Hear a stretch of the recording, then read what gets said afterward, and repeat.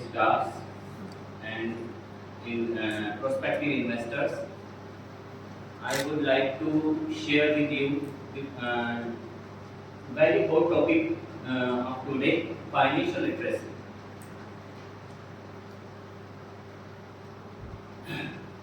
जैसा कि हम सब जानते हैं, are you comfortable with Hindi with and Bye bye.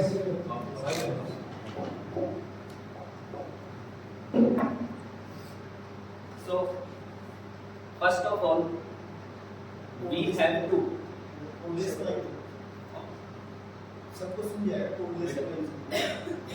सभी जानते हैं आज के टाइम में सबसे इम्पोर्टेंट जो है वो है अपने रिटायरमेंट को प्लान करना। आज हम सब इस बात को लेकर अवेयर हमें हो जाना चाहिए, या हम हो भी चुके हैं, ठीक, अगर नहीं भी हुए तो हमें हो जाना चाहिए,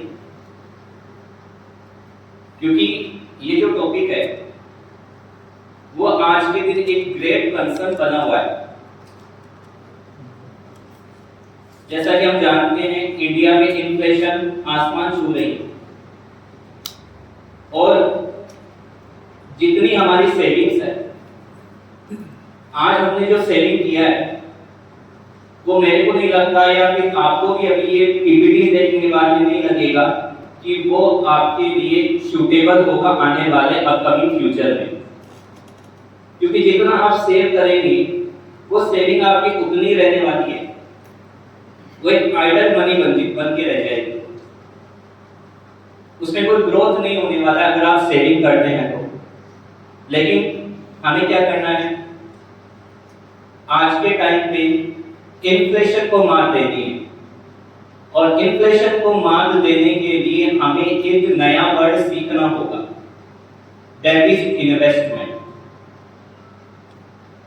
आज हम सभी इसी चीज पे चर्चा करेंगे कि इन्वेस्टिंग क्यों ज्यादा आज के टाइम पर इम्पोर्टेंट है, इन्वेस्टिंग हमें कहां करनी चाहिए।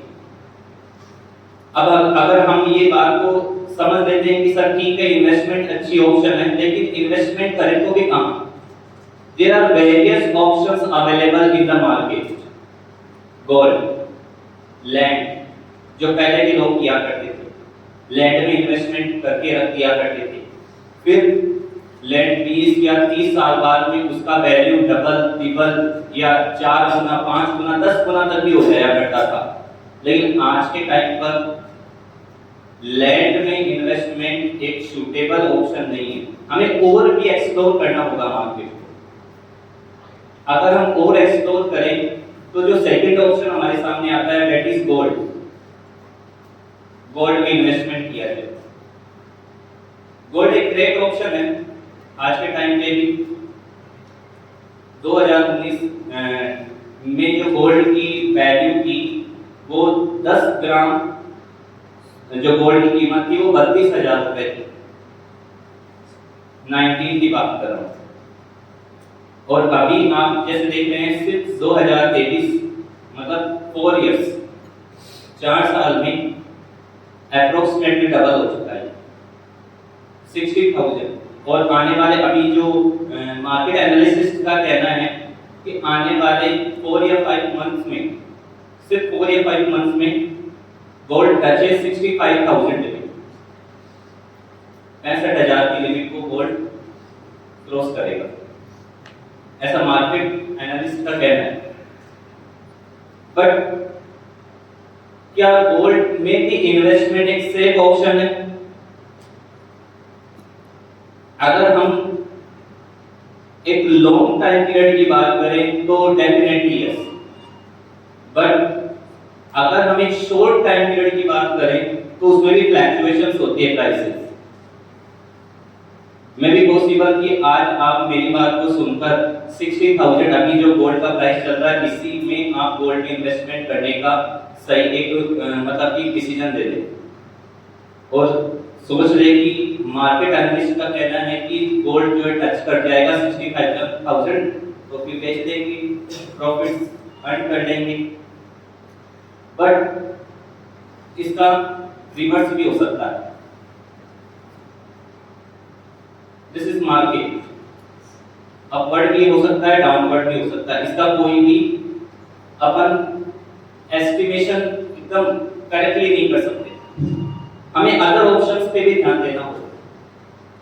तो अदर ऑप्शंस में आज हम और भी इन्वेस्टमेंट के नए नए एरियाज को एक्सप्लोर करेंगे। नए एरियाज में, वैसे नया एरिया नहीं है, काफी पुराना है, that is share market, stock market. Stock market में इन्वेस्टमेंट इंटरेस्टिंग तो है, प्रॉफिट भी दिखता है, आप इन्फ्लेशन को भी चैलेंज कर सकते हैं।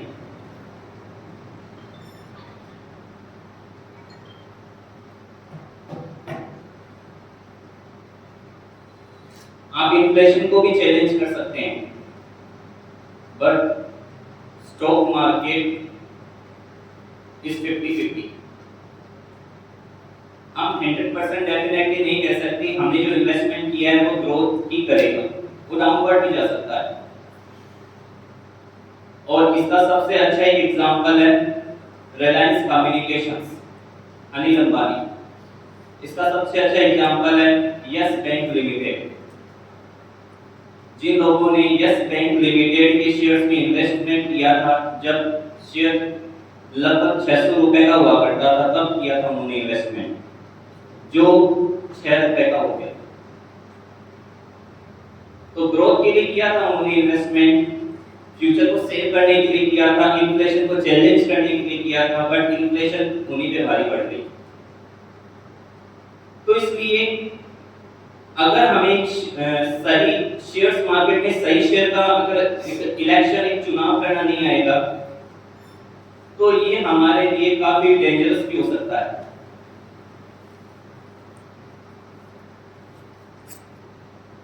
तो एक नया एरिया और हम एक्सप्लोर करते हैं, जिसमें कि हमें शेयर्स की जो रिस्क है, फ्लैक्चुएशंस की, ये फ्लैक्चुएशंस की रिस्क से हमें थोड़ा सा रिलीफ मिल सके। And the new area is mutual fund. So mutual fund is another and best option for investing in stock market. जिन लोगों को शेयर मार्केट का कुछ नहीं पता, जीरो नॉलेज, उनके लिए म्यूचुअल फंड सबसे बेस्ट ऑप्शन।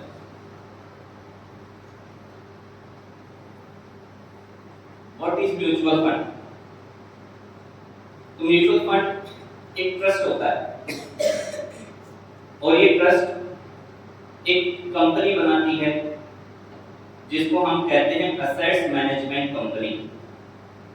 हमारे इंडिया में कई सारी कंपनियों ने अपने म्यूचुअल फंड के ट्रस्ट बना रखे हैं, एसबीआई, आईसीआईसीआई, मोस्ट ऑफ जो बैंकिंग कंपनीज हैं वो अपना ट्रस्ट बनाती है म्यूचुअल फंड का।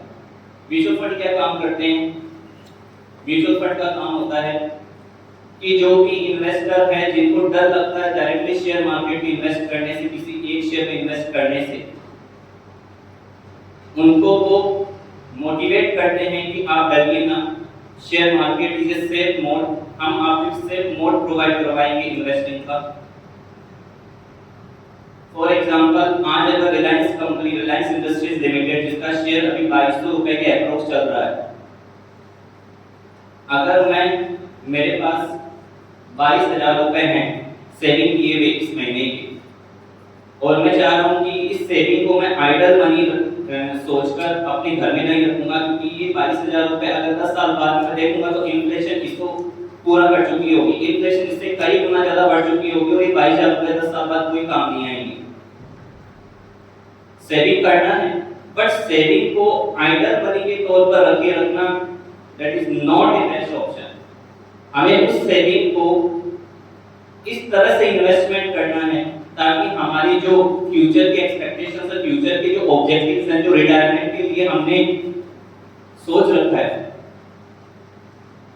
हमने रिटायरमेंट के बाद की लाइफ के बारे में सोचा है, हमने हमारे बच्चों की हायर एजुकेशन के बारे में कुछ सोचा होगा, हमने उनकी मैरिज के लिए कुछ सोच रखा होगा, और भी कई सारे ऑब्जेक्टिव्स हैं। किसी को 10 साल या 20 साल बाद में कार लेनी है, किसी को घर लेना है, सबके अलग अलग ऑब्जेक्टिव्स हो सकते हैं। और ये सारे ऑब्जेक्टिव सिर्फ हम सेविंग करते हैं उससे पूरे नहीं होंगे, क्योंकि हम जो सेविंग करेंगे, जो सेविंग रखेंगे हम हमारे घर पे, और दूसरी तरफ हम सेविंग कर रहे हैं किसी घर को खरीदने के लिए, और वो घर 10 साल बाद में जब आप खरीदने जाएंगे उस सेविंग किए हुए रुपए से, तो वो 10 गुना महंगा हो चुका होगा, आपकी सेविंग से वो नहीं खरीदा जाएगा। तो हमें क्या करना है, हमें उस घर को किसी न किसी कीमत पर 10 साल बाद देना है, तो हमें क्या करना है कि सेविंग भी करना है। उस सेविंग को इस तरह से इन्वेस्टमेंट करना है कि 10 साल बाद में जो अपनी घर को लेकर महंगाई बढ़ी है, इधर हमारी सेविंग भी उस महंगाई को चैलेंज करती हुई उस घर के ऊपर निकल जाए। This is called investing. इसी को इन्वेस्टमेंट कहते हैं। इन्वेस्टमेंट कोई प्रॉफिट नहीं देता है। इन्वेस्टमेंट हमारी जो चैलेंजेस हैं उनको पूरा करने में हमारी हेल्प करता है। जो भी चैलेंजेस है लाइफ के अंदर, जो भी हम ऑब्जेक्टिव अचीव करना चाहते हैं हमारा फ्यूचर में, तो इन्वेस्टमेंट उसको गेट करने में हेल्प करता है हमारा। और आज के टाइम में सबसे अच्छा ऑप्शन, मतलब मैं ये नहीं कहना चाहता कि हमें लैंड में इन्वेस्टमेंट नहीं करना चाहिए, हमें गोल्ड में इन्वेस्टमेंट नहीं करना चाहिए, या हमें म्यूचुअल फंड में ही इन्वेस्टमेंट करना चाहिए। हमारे पास एक बैलेंस्ड थाली होनी चाहिए। जैसे एक थाली के अंदर सिर्फ चपाती हो तो भी ठीक नहीं है, सिर्फ सब्जी हो तो भी ठीक नहीं है, सिर्फ स्वीट हो तो भी ठीक नहीं है।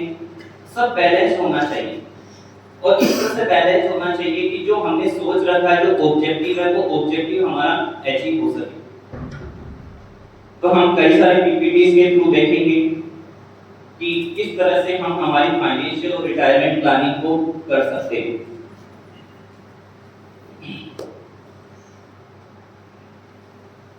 जैसे हमें लाइफ की कई सारी स्टेजेस हमें अभी अचीव करनी है, और इन सब के लिए हमें पैसा चाहिए। जैसा कि मैंने आपको बताया, व्हीकल खरीदने के लिए, कंटीजेंसी फंड के लिए पैसा चाहिए हमें फ्यूचर में, चिल्ड्रंस एजुकेशन, होम, किसी को घर खरीदना है, और घर के अलावा कुछ कंटीजेंसी फंड जेब में रहना चाहिए, चिल्ड्रंस मैरिज, और चिल्ड्रन की मैरिज के साथ भी कुछ कंटीजेंसी फंड, इसके अलावा मेंटेनेंस लाइफस्टाइल, मेडिकल फंड, इसके साथ में भी कंटीजेंसी फंड। यानी कि हमें जैसे जैसे कैरियर में हम आगे बढ़ेंगे, ये सारी चीजें हमें चाहिए। और ये सारी चीजें करियर में आगे बढ़ने के साथ साथ हमें तभी मिल सकती है जब हम एक बेस्ट इन्वेस्टर बने। और बेस्ट इन्वेस्टर बनने के लिए हमें क्या क्या हमारे माइंड में चीजें होनी चाहिए, वो हम आगे की स्लाइड्स में देखते हैं। जैसे कि यहाँ पर, जैसा कि मैंने अभी आपको बताया क्यों हमें फाइनेंशियल प्लानिंग करनी होगी, तो कई सारे इसमें पॉइंट्स हमारे कंसिडरेशन हमारे दिमाग में रहने चाहिए कि क्यों हमें फाइनेंशियल प्लानिंग की जरूरत पड़ती है। जैसे balance today's needs with your goals for the future. हमें आज की नीड को भी पूरा करना है और फ्यूचर के गोल्स को भी पूरा करना है, इसलिए फाइनेंशियल प्लानिंग करनी होगी। हम जो पैसा कमाते हैं, जो अर्न करते हैं, हमें पूरा एक्सपेंस भी नहीं करना है, पूरा सेव भी नहीं करना है, हमें एक बैलेंस बनाना है फाइनेंशियल प्लानिंग का। आज के भी गोल्स कंप्लीट होने चाहिए, ऐसा नहीं कि आज के गोल्स को कंप्लीट ही नहीं कर रहे हैं, सब फ्यूचर के लिए छोड़ रहे हैं, और जो मनी हम अर्न कर रहे हैं वो सारी सेव करके फ्यूचर के लिए इन्वेस्ट कर रहे हैं। ऐसा भी नहीं, आज के लिए भी होना चाहिए और फ्यूचर के लिए भी होना चाहिए, दोनों के लिए होना चाहिए। Adopt change in your circumstances and needs, save money you need to achieve your goals.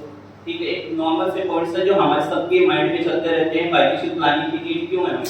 ठीक है, कुछ अनएक्सपेक्टेड इमरजेंसीज कभी भी आ सकती है, जिसका डर हमारे दिमाग में हमेशा बना रहता है। मैं तो यहाँ तक कहूँगा कि हमें मनी अर्न करने के लिए जो पॉइंट सबसे ज्यादा मोटिवेट करता है, दैट इज दिस पॉइंट। कभी भी कोई भी अनएक्सपेक्टेड इमरजेंसी आ सकती है। इसके अलावा रिटायरमेंट की प्लानिंग करनी है हमें। आज तो हम अच्छे भले कमा सकते हैं, सब कुछ कर सकते हैं आराम से, ठीक है, आज के गोल्स को पूरा भी कर सकते हैं, लेकिन फ्यूचर का क्या, 60 इयर्स के बाद क्या 60 इयर्स के बाद जो हम प्राइवेट जॉब में हैं या गवर्नमेंट भी हमें रिटायर कर देती है, तो उसके बाद हमें फंड कौन देगा, जब हम ऐसी हालत में भी नहीं होंगे कि हम कमा सकें, सैलरी अर्न कर सकें, ठीक। तो उस टाइम की भी हमें आज ही फिक्र करनी है। इसके अलावा टैक्सेस को मैनेज करने वाला पॉइंट भी फाइनेंशियल प्लानिंग में आता है। आज हम अर्न करते हैं और आपको पता होगा कि हमारे इंडिया के अंदर सबसे ज्यादा पैसा जो है वो टैक्स का गवर्नमेंट है। और देशों के मुकाबले हमारे यहाँ पे जो टैक्सेस हैं वो हायर इनकम वालों के ज़्यादा लगते हैं, लोअर इनकम वालों के कम लगते हैं। अगर मैं एक नॉर्मल व्यक्ति की बात करूं जो कि 10 लाख से अबव कमाता है, तो उसके ऊपर जो टैक्स की रेट एवरेज अगर हम कैलकुलेट करके देखें तो 30% आ जाती है। 30% से ज़्यादा ही मानो, सरचार्ज वगैरह भी उसके अंदर, ठीक है। तो यानी कि किसी ने अगर 15 लाख कमाए तो 15 लाख का 30% तो गवर्नमेंट को ही देना है। 15 लाख का 30% गवर्नमेंट को ही देना है। 15 लाख का 30% होता है 4.5, यानी 15 लाख कमाए हमने, 4.5 लाख गवर्नमेंट ने टैक्स के लिए as an income tax. And then after हमारे हैंड में लेफ्ट रहते हैं 10,50,000, जैसे कि हमें कोई 10,50,000 इन्वेस्ट किए, तो टैक्स बचाने का एक सबसे अच्छा विकल्प है, सबसे अच्छा ऑप्शन है इन्वेस्टमेंट। हम जितना इन्वेस्टमेंट करेंगे गवर्नमेंट हमें उस इन्वेस्टमेंट के लिए छूट भी देती है टैक्स, जिससे क्या होगा कि वो जो पैसा आज हम बचा रहे हैं वो फ्यूचर में काम आ जाएगा हमारे, और आज की जो टैक्स है वो भी नहीं लगेगा। तो टैक्स प्लानिंग के लिए भी फाइनेंशियल प्लानिंग चाहिए। इसके अलावा live your life with a sense of direction, security, तो ये सारे पॉइंट्स हैं जो फाइनेंशियल प्लानिंग के लिए हमारी हेल्प करते हैं। अब फाइनेंशियल प्लान करने से पहले हमें ये सोचना होगा कि हमें किस तरह की फाइनेंशियल प्लानिंग चाहिए, और इसके लिए हमारे माइंड में पहले 3 पॉइंट आने चाहिए। Where am I now, where do I want to go, how do I get from here to here. ये 3 पॉइंट्स हमें इस बेसिक एक क्वेश्चन का जवाब देंगे। हमें फाइनेंशियल प्लानिंग करनी है तो कितनी करनी है, कितने रुपए की करनी है, कौन से एरिया में जाके करनी है, पैसा कब चाहिए होगा। सबसे इंपॉर्टेंट ये तीनों पॉइंट्स पहले। देन आफ्टर बैंकिंग, जैसा कि मैंने आपको बताया कि जब भी हम पैसा बचाने की बात करते हैं सबसे पहला ऑप्शन जो हमारे माइंड में आता हुआ था बैंक। वैसे हमारी सबकी सैलरीज भी बैंक में आया करती है, सेविंग अकाउंट में आया करती है, और हम क्या करते हैं या तो सैलरी उसी में पड़ा रहने देते हैं, सोचते हैं कि आज ये पैसा हमें जरूरत नहीं आ रहा, कल ये पैसा जरूरत आएगा तब निकलवा लेंगे, इसी में पड़ा रहते हो। लेकिन क्या आपको पता है कि वो जो सेविंग अकाउंट वाले हैं उसमें जो पैसा पड़ा है वो आपको इतना बेनिफिट नहीं देगा। क्या ब्याज मिलता है, क्या इंटरेस्ट मिलता है, 1%।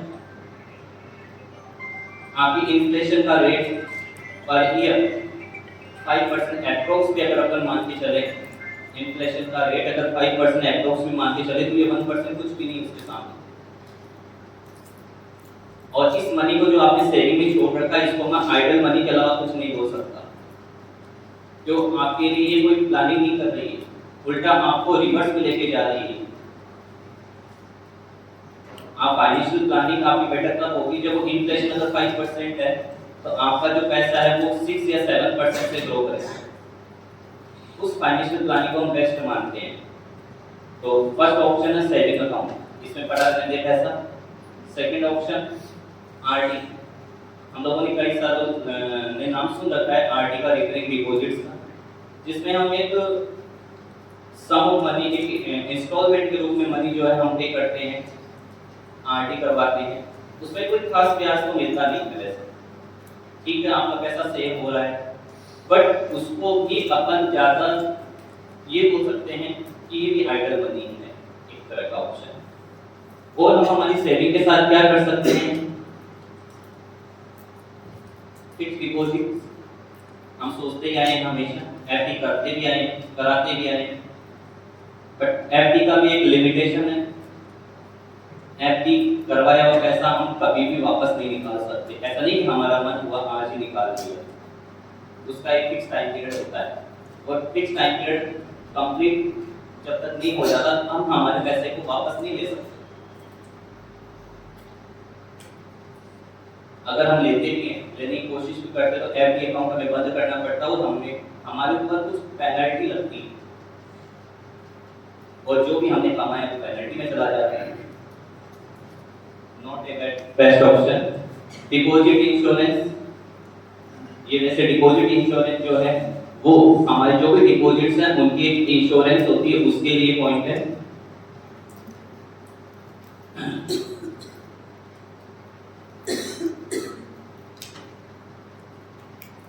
सबसे इंपॉर्टेंट पॉइंट एक हमारे माइंड में ये भी आता है, लाइफ इंश्योरेंस।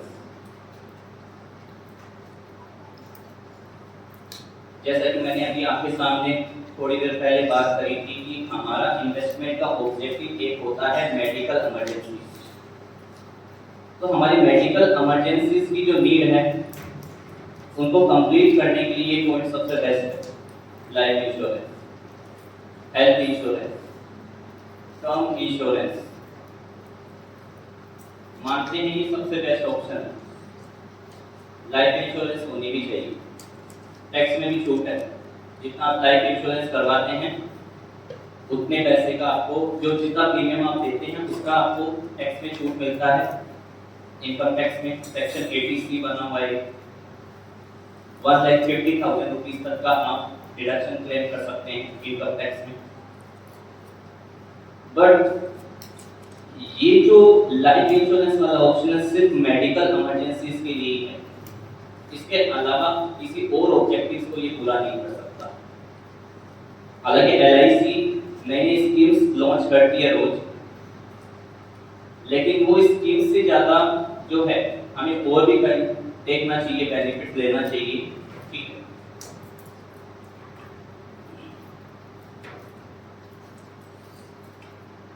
अब हमें ये समझना सबसे पहले कि हमें जो है कितने रुपए का कवर चाहिए हमारी लाइफ को सेव करने के लिए। हमारी लाइफ में हमें कम से कम कितना इन्वेस्टमेंट वापस चाहिए, कितने रुपए की रिक्वायरमेंट हमें रहेगी। तो ये एक आपके सामने बनाया गया है, एक बॉक्स टाइप में बनाया गया, टेबल टाइप में मैंने यहाँ पे बनाया है। जैसे कि आपकी जो करंट इनकम है उसका 10 गुना आपको कम से कम चाहिए। दूसरा, लोन्स लेके हम अपना पूर्ति करते हैं। चिल्ड्रंस एजुकेशन के लिए हमें पैसा चाहिए, लोन वगैरह चुकाने के लिए भी पैसा चाहिए हमें। तो सेकंड पॉइंट, लोन चुकाने के लिए मैंने लिख रखा है यहाँ पे। चिल्ड्रन एजुकेशन के लिए चाहिए, चिल्ड्रंस मैरिज और legacy for childrens, other requirements. ये 5 पॉइंट्स हमारी जरूरत हो सकती है लाइफ में।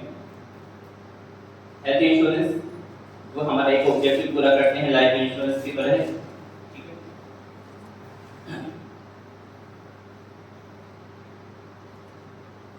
अब सबसे इम्पोर्टेंट क्वेश्चन हमारे माइंड में ये आता है, जब हम यहाँ बैठे हैं, यहाँ हम सोच विचार कर रहे हैं, तो सबसे इम्पोर्टेंट पॉइंट हमारे माइंड में ये आ रहा है कि ठीक है, हमें रिटायरमेंट का पैसा लेना है, हमें 60 ईयर्स बाद में पैसा चाहिए ना, आज उसकी टेंशन क्यों ले। हमें आज इसकी टेंशन क्यों लेनी है। We are living longer. Healthcare costs are inflation, और इसलिए हमें आज इन सब चीजों की टेंशन लेनी है। हेल्थकेयर कोस्ट, जैसा आप जानते हैं, एक अस्पताल में जाने का मतलब बाहर आने से पहले 10,000 का पेमेंट। सिर्फ नॉर्मल जो है फीवर 10,000 से बाहर आएंगे। प्राइवेट हॉस्पिटल में चले गए, गवर्नमेंट की बात नहीं कर रहा, अगर प्राइवेट में चले गए तो मिनिमम 5,000 तो देके आते हैं, 10 भी नहीं तो 5 तो देके आते हैं। कई सारे टेस्ट टेस्ट करवा लेते हैं, ठीक है, जो भी रिक्वायर्ड नहीं है लेकिन करवाते हैं।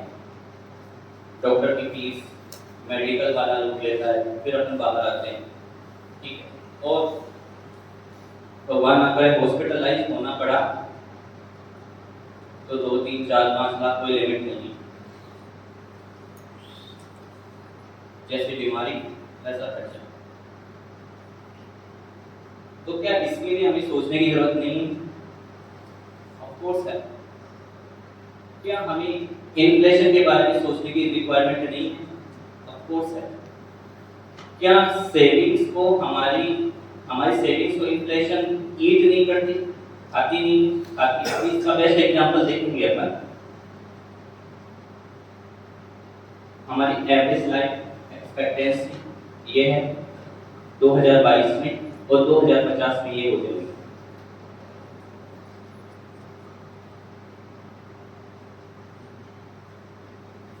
ये हेल्थ केयर कोस्ट के लिए बताया गया है कि हेल्थ केयर कोस्ट किस तरह से हमारे सेविंग्स को कैसे ईट कर जाती है। इन्फ्लेशन के बारे में बताया गया है कि इन्फ्लेशन हमारा 1 लाख रुपए का जो वैल्यू है वो किस तरह से घटकर कितना रह जाएगा, ये बताया गया है इसके अंदर। जैसे कि आप देख पा रहे हैं यहाँ, अगर मैं 1 लाख रुपए का आज के दिन सेविंग करूं, मैंने 1 लाख रुपए घर पे ला के रखे कि हाँ नहीं पता नहीं फ्यूचर में कैसी क्या कंटीजेंसी आ जाए, 1 लाख तो चाहिए, रख लिया ला के। अब मान लो कि अगर वो 1 लाख रुपए मैं 20 साल बाद में देखूंगा तो पता है वो 1 लाख रुपए की वैल्यू सिर्फ मार्केट में 29,000 रुपीज हो जाएगी। ये मैंने एक सिंपल सा एक इन्फ्लेशन का रेट लिया है, यहाँ पे 6% लिया है, और इंडिया में इससे ज्यादा ही रहती इन्फ्लेशन रेट। ये 6% का ही है। अगर मैं 6% के हिसाब से मेरी मनी को डिक्रीज करूं तो आफ्टर 5 इयर्स ये रुपए की वैल्यू रह जाएगी 73,000। रुपए 1 लाख की है, लेकिन परचेजिंग पावर उनकी रह जाएगी आफ्टर 5 इयर्स 73,000। आफ्टर 10 इयर्स उनकी परचेजिंग पावर रहेगी 54,000। आफ्टर 15 इयर्स जो है उनकी परचेजिंग पावर रहेगी 39,500। And after 20 years the purchasing power of over 1 lakh rupees is only 29,000। हम सिर्फ कितना मटेरियल परचेज कर पाएंगे? रुपीज 1 लाख है, बट मटेरियल हम परचेज कर पाएंगे ओनली एंड ओनली 29,000 रुपीज का।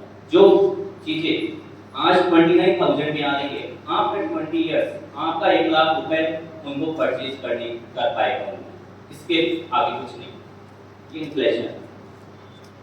तो क्या इस 1 लाख रुपए को हमें ऐसे ऑप्शन में इन्वेस्ट करना चाहिए जहां से एटलीस्ट 6% हम गेट कर सकें, ताकि इस 1 लाख की वैल्यू आफ्टर 20 इयर्स भी 1 लाख की रहे।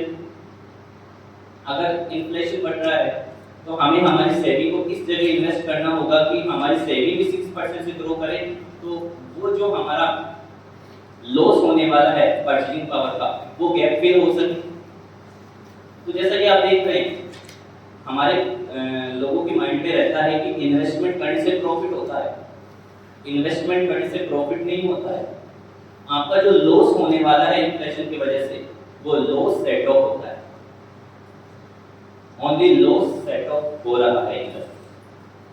तो इन्वेस्टमेंट करना हमें लॉस से बचाता है और उसको सेट ऑफ करता है।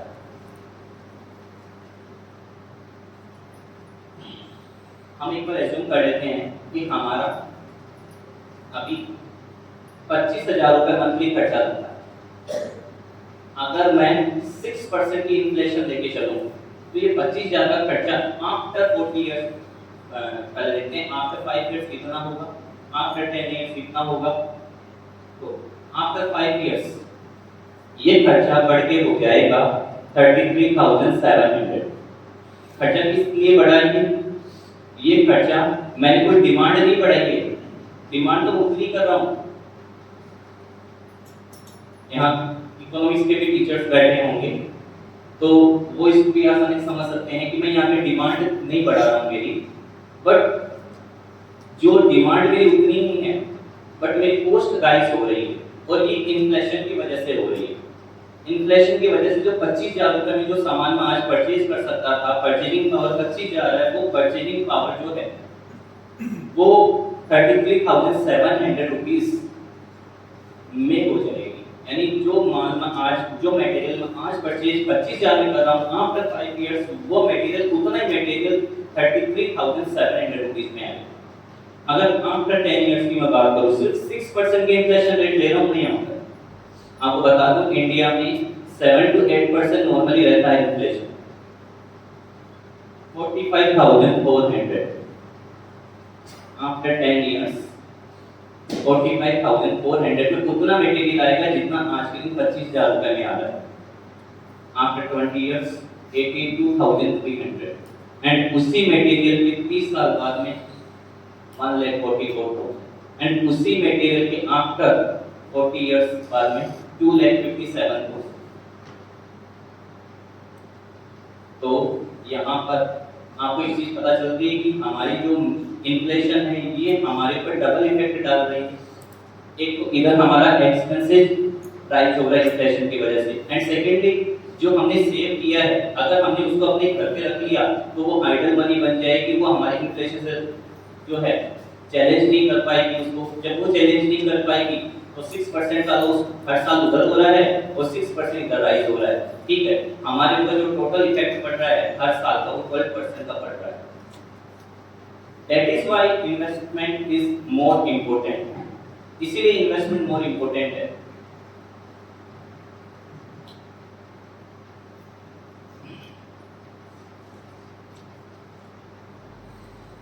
अब रिटायरमेंट प्लानिंग के लिए हमारे माइंड में कुछ क्वेश्चंस आने चाहिए। When will I retire? How long will I live? मतलब कोई भी रिटायरमेंट प्लान लेने से पहले, कोई भी इन्वेस्टमेंट ऑप्शन चूज करने से पहले आप इन पॉइंट्स को कंसीडर प्लीज करें एक बार। जैसे when will I retire? First point. Second, how long will I live? अब जैसे सेकंड पॉइंट का आंसर कोई दे भी नहीं सकता है, बट एक एक्सपेक्टेशन हम ले सकते हैं। जैसे इंडिया में अभी एवरेज 60 to 65 इयर्स की जो एज है वो चल रही है, उतना तो हम सब सोच ही सकते हैं कि 60 to 65 इयर्स को हम एटलीस्ट लाइफ कर ही सकेंगे। What is my monthly basic expenditure? मेरा मंथली खर्चा कितना हो जाता है? What will be the cost of my expenses in future?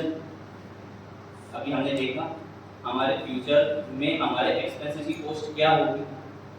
How much should I provide for my healthcare and medical needs? And last point, how much buffer do I need for contingency expenses? ये points हमें help करेंगे एक best retirement plan को choose करने में। Retirement plan, how much do I need to save now? कितना save करना है मेरे को? Monthly investment required to build the corpus. देखिए अगर हमें रिटायरमेंट के टाइम पर 2.25 करोड़ रुपीस का फंड मिले तो कैसा?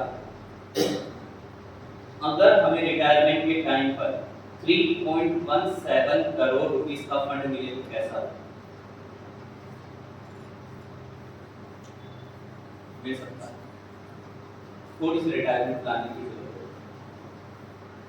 रिटायरमेंट प्लानिंग का केस नंबर 1, अगर कोई पर्सन मंथली 12,000 रुपीस का सेविंग करके उसको इन्वेस्ट करता है एंड अगर रेट ऑफ रिटर्न 12% हो, एक नॉर्मल वैल्यू है म्यूचुअल फंड में 12%। अगर हम एक आइडिया लें तो मैं आपके साथ मतलब शेयर कर सकता हूं कि एक म्यूचुअल फंड में एक SIP नाम का एक ऑप्शन रहता है, सिस्टमैटिक इन्वेस्टमेंट प्लान। उसका एवरेज रिटर्न जो है मोस्ट ऑफ कंपनीज का AMC जो है वो 15% दे रहा है। हम यहाँ पे एक एग्जांपल के सिर्फ 12% दे रहे हैं। अगर मेरा इन्वेस्टमेंट हर साल compounding rate of interest, compounding rate of interest है, कंपाउंडिंग रेट ऑफ इंटरेस्ट 12% से ग्रो करे, और 12% क्यों लिया मैंने? 12% इसलिए लिया क्योंकि मैंने अभी जैसे आपके सामने एक एग्जांपल रखा था जिसमें मेरा एक्सपेंसेस 6% से राइज कर रहा था और उधर मेरी सेविंग जो है वो 6% से डिक्रीज जा रही थी। दोनों का जो इफेक्ट है मैंने आपको 12% बताया था। अगर मैं 12% के हिसाब से एक्सपेक्टेशंस लेके इन्वेस्टमेंट करूं तो कंपाउंडिंग रेट का फायदा मिलता है वो इन्वेस्टमेंट, यानी कि इन्वेस्टमेंट को जो मेरा खर्चा है या मेरी जो सेविंग वो डिक्रीज होगी सिर्फ 12% से, लेकिन जो मेरी इनकम है जो मेरी इन्वेस्टमेंट है वो हर साल 12% से कंपाउंड करेगी। कंपाउंडिंग आइडिया, कंपाउंडिंग का मतलब है अगर आपने 100 रुपए इन्वेस्ट किए then you will get after 1 year 112 and after 2 years you will get 112 into 12%, not 100 into 12%. This is compounding. और अगर मैं 12,000 रुपीस को पर मंथ इन्वेस्ट करूं मेरी सैलरी से बचा के, अच्छा एक सबसे इम्पोर्टेंट चीज है हमारे माइंड में एक पॉइंट आता है कि सर 12,000 रुपीस तो बचते ही नहीं है, सेविंग कहाँ से करें? 20,000 रुपीस की सैलरी है उसमें से 12,000 रुपीस बचाना sir this is a big deal sir, बहुत बड़ा टास्क है सर ये।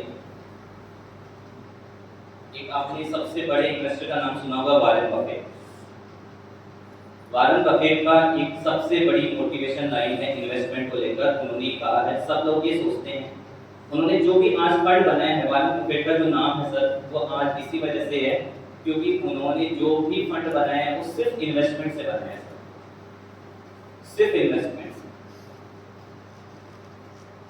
जिस टाइम पर हम सब मतलब खेलते हैं कूदते हैं छोटे से बच्चे, उन्होंने उस टाइम से इन्वेस्टमेंट करना चालू कर दिया और आज उनके पास इन्वेस्टमेंट का इतना पैसा है, उन्होंने कमाया नहीं, इन्वेस्टमेंट ने उनको दिया है, कंपाउंडिंग ने दिया उनको।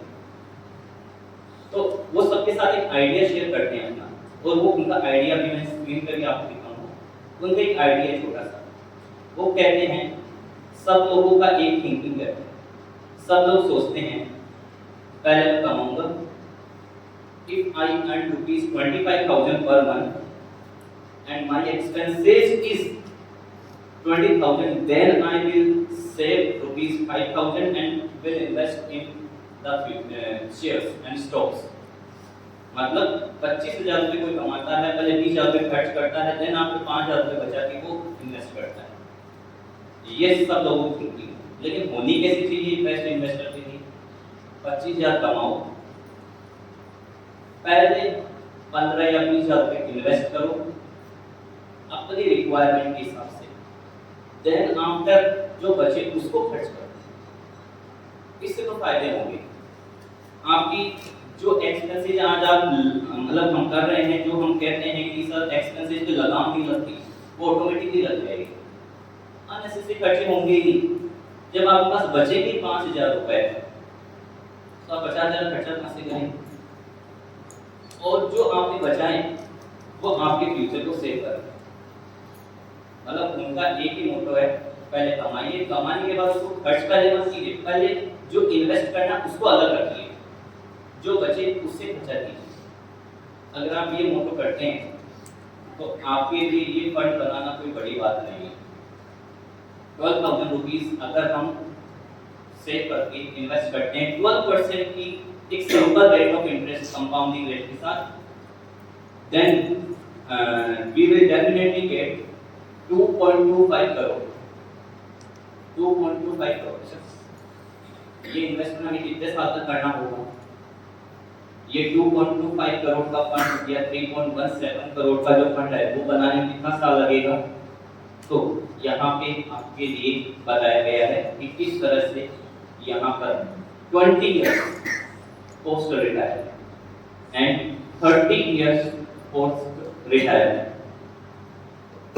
केस नंबर 1 लाइफ की एक्सपेक्टेंसी लेके चल रहा है अगला 80 इयर्स, यहाँ पे लेके चल रहा है लाइफ की एक्सपेक्टेंसी 90 इयर्स, और उसको रिटायरमेंट को हुआ है 60 इयर्स, उसकी प्रेजेंट एज अभी है 35 इयर्स। अगर 35 इयर्स की एज में अगर इन्वेस्टमेंट चालू किया और वो 80 साल की लाइफ लेके चल रहा है, उसको सिर्फ 20 साल, उसको 20 साल इन्वेस्टमेंट करना पड़ेगा, और नीचे वाले के 30 साल इन्वेस्टमेंट करना पड़ेगा, वो उसके पास एक फंड आ जाएगा और ये फंड वो आफ्टर रिटायरमेंट एंजॉय कर सकता है। ये हमारे एग्जांपल में हमने सीखा। अब हमें ये कॉर्पस मिलेगा कैसे? सिंपल मोटो, सेव कीजिए एंड इन्वेस्ट कीजिए। Save and invest. सेविंग कैसे बढ़ाएं?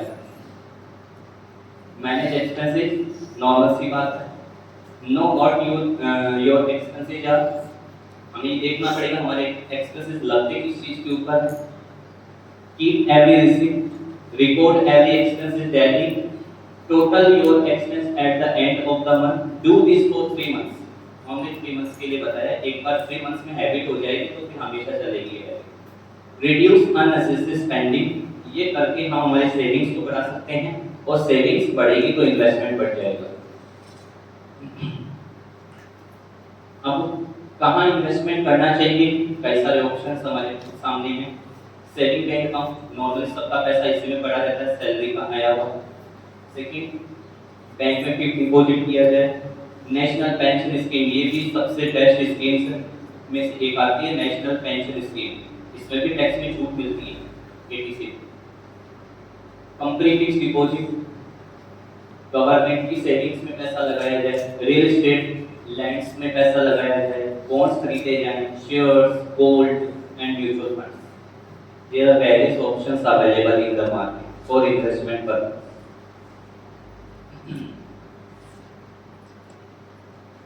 अब सबसे इंपॉर्टेंट चीज आ रही है, लॉन्ग टर्म में equity is the best bet to achieve retirement goals. Equity में पैसा लगाना होगा। What is equity? हम इक्विटी किसको कहते हैं? इक्विटी का सिंपल लैंग्वेज में मतलब होता है ओनर को दिया गया फंड। मतलब कोई बिजनेस का ओनर है, बिजनेस करना चाहता है, उसको फंड दे दीजिए अपना, दैट इज कॉल्ड इक्विटी। उसको इक्विटी कहते हैं नॉर्मल कॉल का के बारे में। इक्विटी से फंड जल्दी ग्रो होने के चांसेस रहते हैं, क्योंकि बिजनेस में लगाया गया पैसा आपका है। अगला तो सिर्फ केयर टेकर आपके बिजनेस का, बिजनेस के असली मालिक तो आप ही हैं, आप ही ने पैसा दिया है। जो भी बेनिफिट्स होगा वो डायरेक्टली आप ही को होगा बिजनेस से। अगला बिजनेस कर रहा है आपकी तरफ से, पैसा आपका लगाया गया है, सारे बेनिफिट्स आपको मिलेंगे, आपको अगले को सिर्फ एक रेम्यूनरेशन देगी और कुछ नहीं। तो इक्विटी जो है वो एक बेस्ट बेट हो सकती है आपकी रिटायरमेंट गोल्स को अचीव करने की। Equity investment requires time, expertise, constant attention. अगर आप इक्विटी में पैसा लगाना चाहते हैं, किसी चलते हुए बिजनेस में पैसा लगाना चाहते हैं, तो आपको 3 चीजों की नीड रहेगी। टाइम, क्योंकि इक्विटी में लगाया गया पैसा वापस तभी मिलेगा जब बिजनेस बंद हो। ऐसा नहीं कि हमने आज लगा दिया और कल अगर अपन जैसे कह रहे हैं मेरे को मेरा पैसा चाहिए, अगला कहाँ से दे? बिजनेस बंद थोड़ी ना करेगा, क्योंकि बिजनेस बंद करेगा तभी वो पैसा वापस आएगा। तो इसलिए उस केस में हमारे पास एक टाइम होना चाहिए। Second, expertise. हम हर किसी को पैसा नहीं दे सकते उधार। कोई भी आपको बोलेगा हम बिजनेस कर रहे हैं, आज के दिन मार्केट में हम सब ने एक नाम सुन रखा है, आज के दिन आईपीओ बहुत ज्यादा आया करते हैं, इनिशियल पब्लिक ऑफर। जो लोग शेयर मार्केट में इन्वेस्टमेंट करते हैं वो लोग इस नाम पर से समझते हैं आईपीओ। आईपीओ एक तरह का क्या है? पैसा मांगने का तरीका है। कौन मांगते हैं पैसा? जो लोग बिजनेस कर रहे हैं, जो कंपनियां बिजनेस कर रही है, उनको बिजनेस करने के लिए पैसा चाहिए, और वो पैसा वो मार्केट में अपने शेयर्स इश्यू करके मांगते हैं।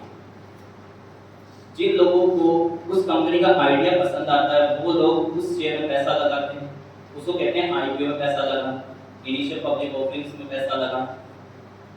अभी सब लोग वेट कर रहे हैं, बड़ी कंपनी का आईपीओ आने वाला है, मार्केट में उसकी काफी धूम भी मची हुई है, कई लोग वेट भी कर रहे हैं उसका।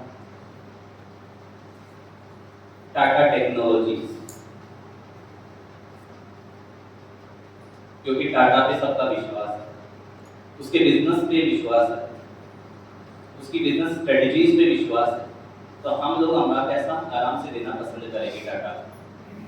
हम हमारा पैसा देंगे तो हम यहाँ भी क्यों दे रहे हैं हमारा पैसा टाटा को? 3 वजह से।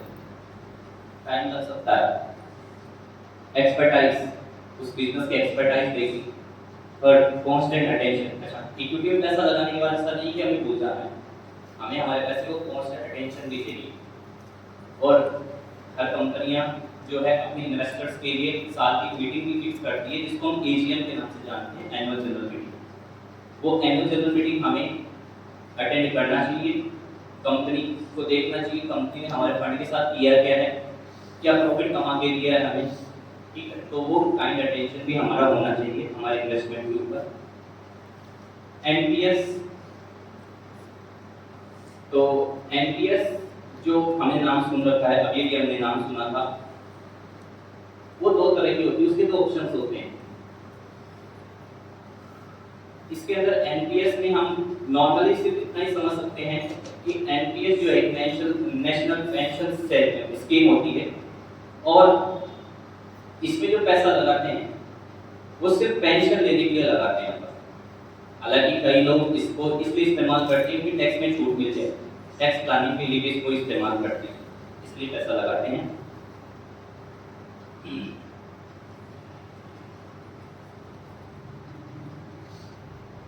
सबसे इम्पोर्टेंट चीज जो म्यूचुअल फंड की जो मैं आप लोगों के साथ शेयर करना चाहूंगा, that is SIP, systematic investment plan.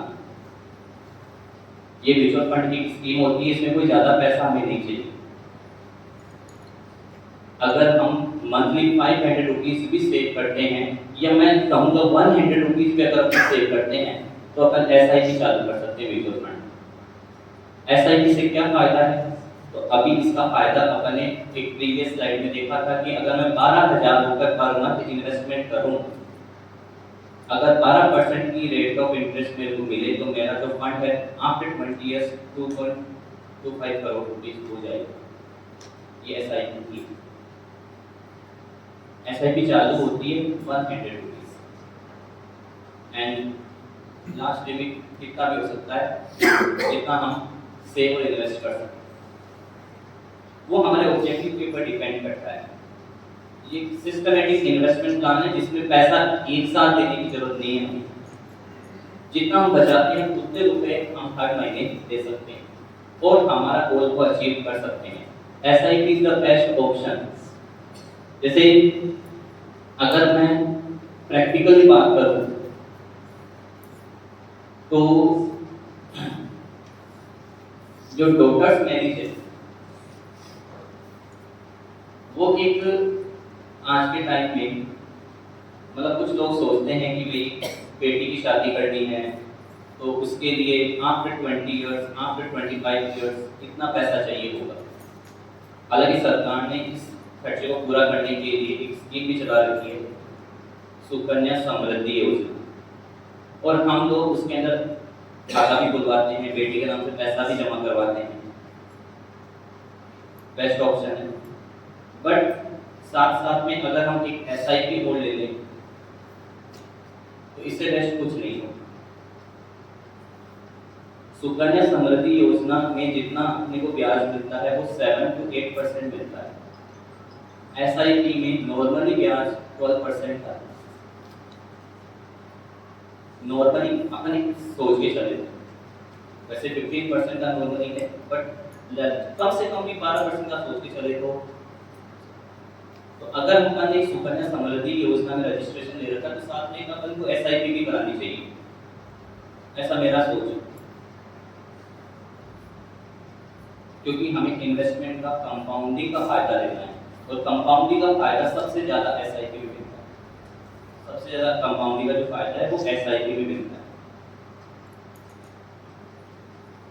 Market में कई तरह के फ्रॉड भी चलते हैं, हमें इससे भी अपने आप को सेव करना है, क्योंकि हम एक सैलराइज्ड पर्सन है और हमें इतनी मार्केट की जानकारी नहीं रहती। हम हमारे काम में भी मतलब कि वर्किंग में इन्वॉल्व रहते हैं इतना ज़्यादा कि हमें मार्केट के अंदर जो है फ्रॉड के बारे में सोचने का टाइम ही नहीं मिल पाता। सीबीएसई चाहता है कि आप इस तरह के फ्रॉड से बचिए। मार्केट में जो फ्रॉड चल रहे हैं, डेबिट कार्ड, क्रेडिट कार्ड से related fraud, network marketing fraud, lottery scams, आजकल कई सारे चल रहे हैं। मोबाइल्स पे मैसेज आते रहते हैं हमारे पास, आप इतने रुपए की लॉटरी जीती है। क्या सही भी होती है? नहीं। अलग अलग तरह के हथकंडे लोग अपनाते रहते हैं हमारा पैसा खाने के लिए, लेकिन हमें अपने आप को सेव करना है उन लोगों से। किसी भी तरह के हमें अनजान मैसेज पे क्लिक नहीं करना है कभी। हमें कभी किसी को कोई ओटीपी शेयर नहीं करना है किसी के साथ, जब तक कि अगला पर्सन जेन्युइन नहीं हो। अगला पर्सन एक जेन्युइन पर्सन होना चाहिए। जैसे कि अगर मैं आपको प्रैक्टिकली बताऊं, तो मैं एक सीएसपी हूँ और सीए भी हूँ। मार्केट में हम लोग जब लोगों की साल की इनकम टैक्स की रिटर्न लगाते हैं, जब हम इनकम टैक्स की रिटर्न लगाते हैं तो अगले से ओटीपी पूछते हैं। कुछ लोग ऐसे भी देखे हैं मैंने जो नॉर्मली ओटीपी फोन करते बता देते हैं, पूछते नहीं अगला कौन बोल रहा है। मैं ऐसे लोगों को फोन पे वार्न भी करता हूँ, ये तो चलो ठीक है आपने मेरे बताते ओटीपी बता दिए, मेरा नाम नहीं पूछा आपने। फिर पूछते हाँ कौन बोल रहे हैं आप, मैं तो पूछा नहीं आपसे। अब क्या फायदा, ओटीपी बता दिया आपको, अब पूछ रहे हो कौन बोल रहा हूँ।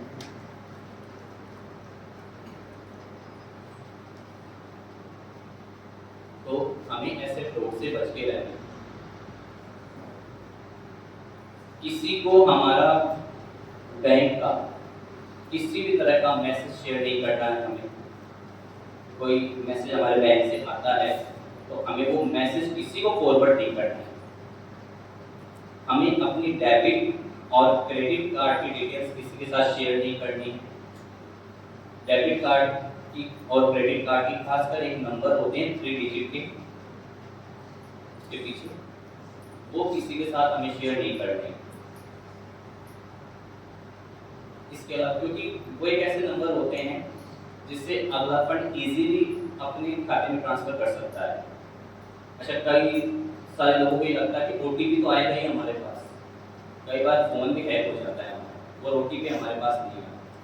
अगले के पास ओटीपी जा रहा है, अगले पैसा ट्रांसफर कर रहा है, सब कुछ अगले के साथ से चल रहा है, क्योंकि सिर्फ हमारी डेबिट और क्रेडिट कार्ड की डिटेल्स अगले के पास है और कुछ नहीं। तो हमें ऐसे फ्रॉड से बच के रहना है। लॉटरी स्कैम्स में किसी भी तरह का हमें पैसा इन्वेस्ट नहीं करना चाहिए। कोई लॉटरी नहीं होती आज के ज़माने में, सब कुछ प्रैक्टिकल है। हमें सब कुछ प्रैक्टिकल समझ के चलना है। आज की दुनिया एकदम प्रैक्टिकल है, कोई लॉटरी नहीं होती है। हम सोचते हैं कि लॉटरी में पैसा जीत जाए, ऐसी कोई लॉटरी नहीं है।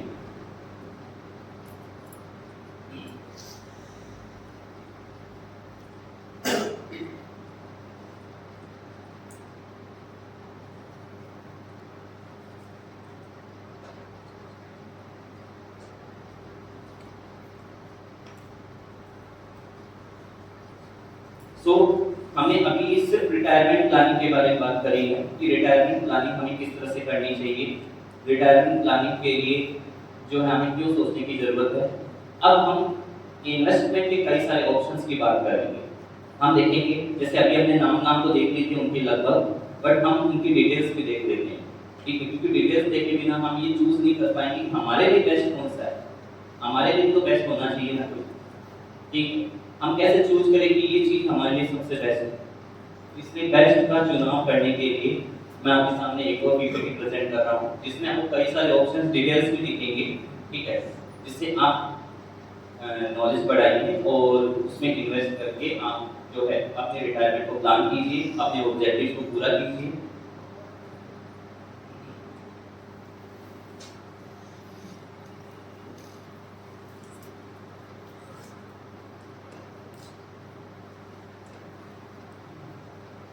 डियर स्टाफ मेंबर्स, जैसा कि आप लोग स्क्रीन पे देख पा रहे हैं, यहाँ पर साइड में देख पा रहे हैं HDFC म्यूचुअल फंड की ये पीपीटी है जो मैं आपके साथ शेयर कर रहा हूँ। ये भी एक म्यूचुअल फंड कंपनी है, और जैसा कि मैंने आपको बताया है कि म्यूचुअल फंड एक ट्रस्ट होता है जिसको सेटअप करता है एक कंपनी। ये HDFC म्यूचुअल फंड सेट की गई है एक कंपनी के द्वारा, बैंकिंग कंपनी, उसका नाम HDFC है, उसने अपना म्यूचुअल फंड बना रखा है, ठीक है। तो वो आपके साथ में एक तो पीपीटी उसकी शेयर करा हूं मैं आपके सामने। देख, हमें आज जो हमने मनी कमाई है, हमें ये तो देखते हैं कि रिटायरमेंट प्लानिंग क्यों जरूरी है। अब हम ये देखते हैं कि हमें हमारे मनी के साथ करना क्या चाहिए। क्या हमें हमारी मनी को सेव करना चाहिए, स्पेंड करना चाहिए पूरा पूरा, या पूरा पूरा इन्वेस्ट करना चाहिए। अच्छा, सेव और investment, there are two different options. कुछ लोग सिर्फ सेव ही करते हैं, इन्वेस्ट नहीं करते। तो इन्वेस्ट और सेव सिनोनिम्स नहीं है, there are two different things. हमें सिर्फ सेव ही नहीं करना है, हमें इन्वेस्ट करना है। सेव एक अलग चीज होती है, इन्वेस्ट एक अलग चीज होती है। एक वॉरेन बफेट, जैसे कि मैंने अभी बात कर ही रहा था आपके सामने, वो बात आई ही नहीं। वॉरेन बफेट कहते हैं, do not save what is left after spending. उस चीज को सेव मत कीजिए जो आपके पास स्पेंड करने के बाद रहता है। मतलब आपने जितना रुपया कमाया है उसमें से खर्च किया पहले आपने, फिर सेव किया, ऐसा मत कीजिए। ऐसा कीजिए, but spend what is left after saving। Saving के बाद में जो कुछ बचे उसको स्पेंड कीजिए। That is the motto of investment। जिसने इस चीज को समझ लिया उसको इन्वेस्टमेंट करना आ गया। ये सबसे इम्पोर्टेंट है, सबसे सक्सेसफुल जो इन्वेस्टर है उनका ये कहना है, और हमें इस मोटो को फॉलो करना चाहिए।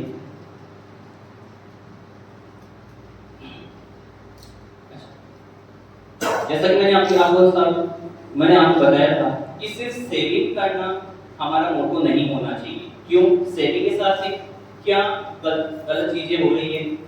अगर आप सिर्फ सेविंग करेंगे तो सेविंग आपकी इन्फ्लेशन खा जाएगी, इन्फ्लेशन आपकी सेविंग को खा जाएगी। किस तरह से खाती है? तो अभी हमने देखा ही था। अगर मेरे पास आज जो है 30,000 रुपए है, अगर आज मेरा खर्चा 30,000 रुपए है, और अगर मैं 5% की इन्फ्लेशन लेके चलूं, जिससे मैंने अभी रिटायरमेंट वाली स्लाइड्स में भी शेयर किया था आपके साथ, वहां पे मैंने इन्फ्लेशन रेट 6% लिया था, यहाँ पे वापस से स्लाइड आ गई है उसी चीज की। अगर मैं इन्फ्लेशन 5% लेके चलूं और मैंने आज अगर 30,000 रुपए खर्च किया किसी चीज के ऊपर, आपको जानकर थोड़ा सा हैरानी होगा कि आफ्टर 20 इयर्स वही सेम चीज उस पर खर्चा होने वाला है 80,000 रुपीज का, क्योंकि वो चीज महंगी हो चुकी है अब। ठीक है, चीज वही है, बट जो चीज 30,000 रुपए में आज के दिन आ रही है, उसी चीज को खरीदने के लिए आफ्टर 20 इयर्स आपको 80,000 रुपीज देने पड़ेंगे। और ये सच्चाई है, ये कोई मतलब कि मैं आपके सामने कोई इलस्ट्रेटिव फिगर नहीं लेके आया हूँ, ये सारे रियल फिगर्स हैं और ये मार्केट में काम करते हैं।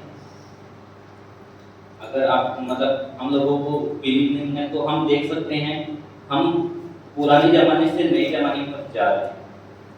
हमने भी कोई चीज 2000 के साल में भी खरीदी होगी, 2000 में भी, और आज 2023 चल रहा है।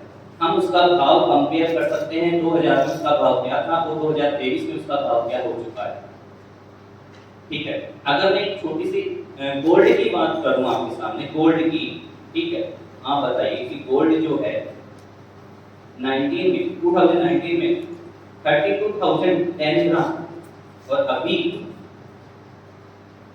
23 में 2023 में अप्रोक्स 60, एंड अगले 4-5 महीने जब 2023 खत्म हो चुका होगा तो उस केस में ये 65,000 को टच करेगा, अप्रोक्स डबल। अगर इन्फ्लेशन की रेट में यहाँ निकालूं, मैंने तो यहाँ 5% ली है, इन्फ्लेशन की रेट यहाँ कितना काम कर रही है, पूरा 100%। जो 30,000 की चीज थी वो 60,000 की हो गई, यानी 30,000 का इन्फ्लेशन, जितना था वैल्यू उसके बराबर इन्फ्लेशन, 100% इन्फ्लेशन।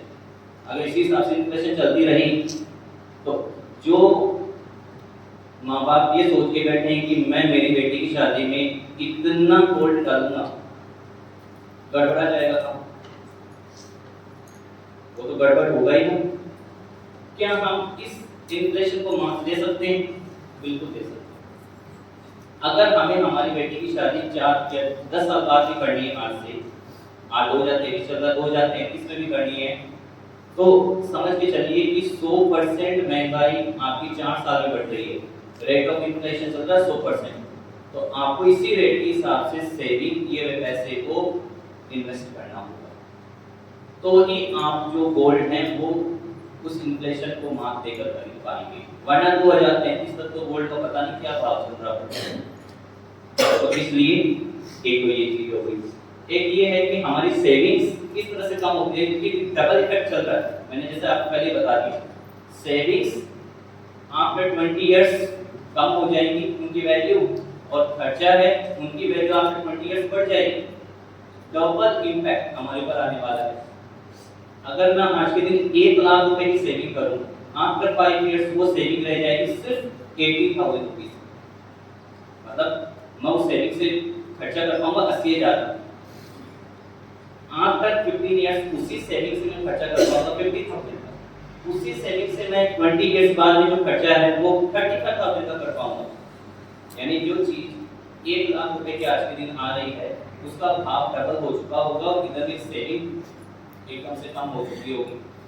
65% का डिक्रीज हो गया मेरी सेविंग्स में, जो 1 लाख बचाया था मैंने वो 65% लेस हो गई, और उधर 65% अप हो गया। ये इम्पैक्ट चल रहा है मार्केट के अंदर, इसी इम्पैक्ट को अपने को खत्म करना है। जो इन्वेस्ट अवेयरनेस का प्रोग्राम है, ये सिर्फ इन्वेस्टमेंट या रिटायरमेंट की प्लानिंग के लिए नहीं रखा है सीबीएसई ने। जो सीबीएसई का मोटो है एक्चुअली इस चीज को लेकर अवेयर करना है कि किस तरह से इन्फ्लेशन और सेविंग से जो पैसे घट जाते हैं हमारे, उन पैसों को हम बढ़ाएं, इस महंगाई का इम्पैक्ट कम करें, क्योंकि गवर्नमेंट एम्प्लॉइज को कोई फर्क नहीं पड़ता इन्फ्लेशन से। इधर इन्फ्लेशन बढ़ेगी, उधर डीए बढ़ेगा, डीआरएस अलाउंस। एक डीआरएस अलाउंस होता है जो गवर्नमेंट एम्प्लॉइज को मिलता है, वो बढ़ेगा। कुछ प्राइवेट इंस्टीट्यूशंस में भी मिलता है, लेकिन सब में नहीं मिलता। सीबीएसई चाहती है कि अगर डीआरएस अलाउंस आपको नहीं मिल रहा तो भी आप पे महंगाई का इम्पैक्ट ना पड़े। अगर हम थोड़ा सा प्लानिंग के साथ चलेंगे तो हमें ये महंगाई का इम्पैक्ट नहीं देखना पड़ेगा। सिर्फ थोड़ा सा सोचने की जरूरत है हम कि क्या कर रहे हैं, हम जो कमा रहे हैं उसके साथ कर क्या रहे हैं, क्या सारा आज के दिन खर्च किए जा रहे हैं, क्या हम फ्यूचर की बिल्कुल नहीं सोच रहे, क्या हम हमारे डबल इम्पैक्ट को किसी तरह से कम नहीं कर सकते। हम इन सब पॉइंट्स के बारे में सोचने के लिए आपका सेशन रखा गया है। सॉल्यूशन, अभी हमने प्रॉब्लम्स देख ली है, प्रॉब्लम्स हम लोगों को समझ में आ चुकी है कि प्रॉब्लम्स ये है, सेविंग्स घट जाएंगी हमारी और खर्चे महंगे हो जाएंगे। ठीक, अब इस डबल इम्पैक्ट को, इसका सॉल्यूशन क्या है? इसका सॉल्यूशन एक ही है, investing, the safeguard against inflation. Investment हमें हमारे प्रॉफिट कमाने की हेल्प नहीं कर रहा है, इस इन्फ्लेशन को सेट ऑफ करने का काम कर रहा है। ठीक है, सेविंग स्टार्ट कीजिए। इन्वेस्टमेंट का सबसे पहला रूल है सेविंग्स। सेविंग नहीं होगी तो इन्वेस्टमेंट कहां से करेंगे? अच्छा, कुछ लोगों को मैंने ये बोलते सुना है, सेविंग कुछ है नहीं हमारे पास, हम एक काम कर सकते हैं, हम बैंक से पैसा उधार लेते हैं, उसको हम इन्वेस्ट कर देंगे। क्या ये सही ऑप्शन है? नहीं, ये सबसे बड़ा गलत डिसीजन जो एक व्यक्ति अपनी लाइफ में लेता वो है। इससे वो समझ नहीं पा रहा है कि 3 इम्पैक्ट उसके ऊपर आ गए, जो 2 इम्पैक्ट तो हैं वो चल ही रहे हैं, और तीसरा इम्पैक्ट बैंक का ब्याज, और चौथा एक इम्पैक्ट अगर मैं और सोचूं तो ये है कि अगर मार्केट ने आपको उतना रिटर्न नहीं दिया जितना आपकी ब्याज लग रहा है उधर बैंक में, तो चौथा इम्पैक्ट बिल्कुल आ जाएगा। तो इसलिए बैंक से लोन लेके फिर इन्वेस्टमेंट करने की नीड नहीं है हमें, हमें हमारे कमाए हुए पैसों को सेव करने की नीड है। तो इसलिए कभी भी इन्वेस्टमेंट में लोन लेके इन्वेस्ट ना कीजिए, सबसे गलत स्ट्रेटजी है। इससे आपकी लाइफ पर 4 इम्पैक्ट आ सकते हैं। और वो चारों इम्पैक्ट बहुत ही डेंजरस है। इसलिए सबसे पहले इन्वेस्टमेंट के लिए start saving. Earlier you start better. जितना जल्दी आप स्टार्ट करेंगे उतना ही बेटर रहेगा। अगर सोचो किसी की आज एज 40 इयर्स है और आज वो अगर ये सोचता है कि मेरे पास अगर आज के दिन 2.25 करोड़ रुपीस होते तो मेरे को यार आज ये जॉब नहीं करनी पड़ती, लेकिन ये 2.25 करोड़ रुपीस क्यों नहीं है मेरे पास? आज 40 साल का मैं हो गया, 20 साल मेरे को जॉब करते हो गए, 21 ईयर की एज में मैं जॉब चालू किया था, फिर भी आज के दिन 2.25 करोड़ नहीं है। मैं रिटायरमेंट नहीं ले सकता, मैं कहीं घूमने नहीं जा सकता, मेरे को यहाँ पे वर्क करना ही पड़ेगा। इसका सबसे बड़ा रीजन एक ही है, क्योंकि आपने अगर 20 साल की एज के अंदर ये डिसीजन ले लिया होता कि मेरे को इन्वेस्टमेंट करना है, तो आज आपको ये नहीं करना पड़ता। जितना जल्दी हम सोचेंगे उतना जल्दी हम फ्री हो जाएंगे हमारे जॉब से। जितना जल्दी सोचेंगे जॉब नहीं करना, क्योंकि आपके पास एक पर्पस जो आपने सोचा था वो है आपके पास, वो है तो क्या डर है। तो इसलिए जितना जल्दी हम सोचेंगे उतना बेटर है, उतना हम रिलीव कर पाएंगे अपने आप को वर्किंग से। ठीक है, put money to work rather than accumulating और कीपिंग इट आइडल। इन्वेस्टमेंट का थर्ड रूल, मनी को इन्वेस्ट कीजिए, उसको आइडल मनी मत बनाइए, उसको एक्यूमुलेट मत कीजिए। एक्यूमुलेट का मतलब है सिर्फ इकट्ठ करके नहीं रखनी, वो आइडल मनी है, वो तो डेंजरस चीज है। अगर पैसा आपने सेव करके घर में रख रखा है, उससे बड़ी गलती हमने कुछ नहीं करी लाइफ में, क्योंकि वो आइडल मनी है, डबल इम्पैक्ट दे रही है आपको। कुछ सेव नहीं किया आपने, उल्टा इन्फ्लेशन उस मनी को खा जाएगा। तो इसलिए you work hard to earn money. जैसा हम जानते हैं हमें मनी अर्न करने के लिए कितना हार्ड वर्क करना पड़ रहा है, अगर वो मनी भी आपके लिए हार्ड वर्क करे तो कितना अच्छा होगा। तो इसलिए इन्वेस्टमेंट का रूल है, so make the money work hard for you.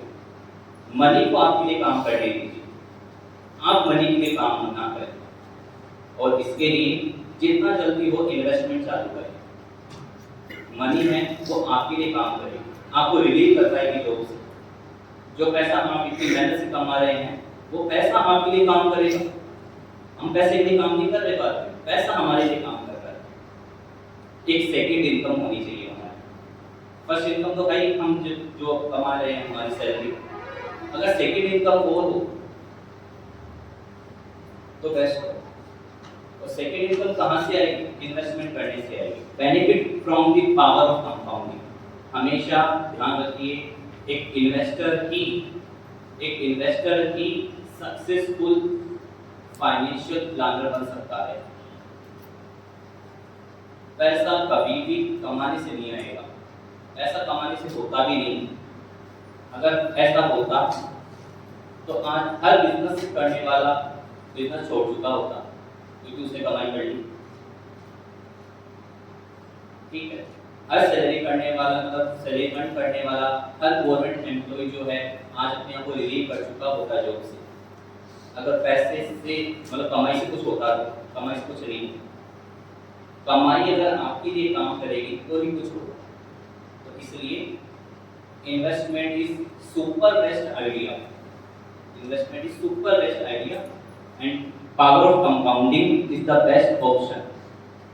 Never depend on single income. जैसा अभी मैंने आपके सामने बात करी, कभी भी सिंगल इनकम पे बेस्ट ना रहे। Make investment to create a second source.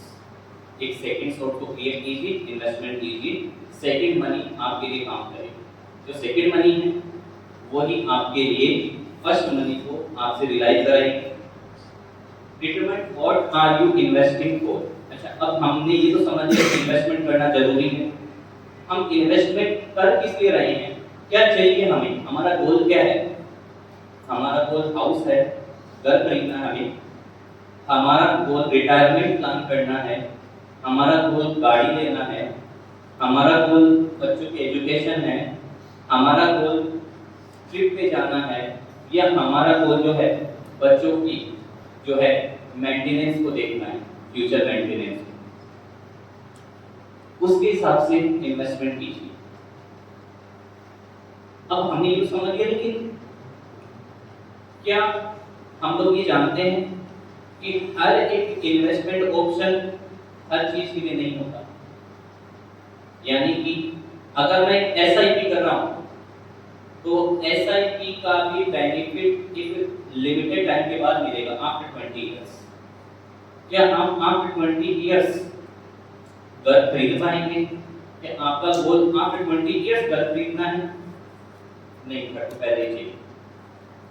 तो SIP not best option to purchase a house. उसके लिए दूसरा इन्वेस्टमेंट प्लान देखना पड़ेगा। हर चीज का, हर ऑब्जेक्टिव से जुड़ा हुआ एक अलग इन्वेस्टमेंट प्लान है जो अब अभी हम देखेंगे। जैसे हमारे पास अभी ये सारे ऑप्शन हैं जहाँ पे हम इन्वेस्टमेंट कर सकते हैं हमारे गोल्स को पूरा करने के लिए। हम म्यूचुअल फंड में जा सकते हैं, हम गोल्ड खरीद सकते हैं, हम स्टॉक ले सकते हैं, हम बॉन्ड ले सकते हैं, हम बैंक में डिपॉजिट कर सकते हैं, हम इंश्योरेंस ले सकते हैं, हम प्रॉपर्टी ले सकते हैं। जैसे देखिए, अगर मैं एसआईपी करवा के बैठा हूँ या गोल्ड में इन्वेस्ट करके बैठा हूँ और मेरा ऑब्जेक्टिव था अपने आप को मेडिकल इमरजेंसी से फ्री करना, तो क्या गोल्ड मेरे को मेडिकल इमरजेंसी से फ्री कर सकता है? तो आपका आंसर होना चाहिए नो। गोल्ड क्या पता कल को मार्केट में गोल्ड का वैल्यू गिर जाए तो क्या आप बेच देंगे उस गोल्ड? नहीं बेच पाएंगे। लेकिन मेडिकल इमरजेंसी आ गई तो क्या गोल्ड में इन्वेस्टमेंट करना मेडिकल इमरजेंसी के लिए बेस्ट ऑप्शन है? नो।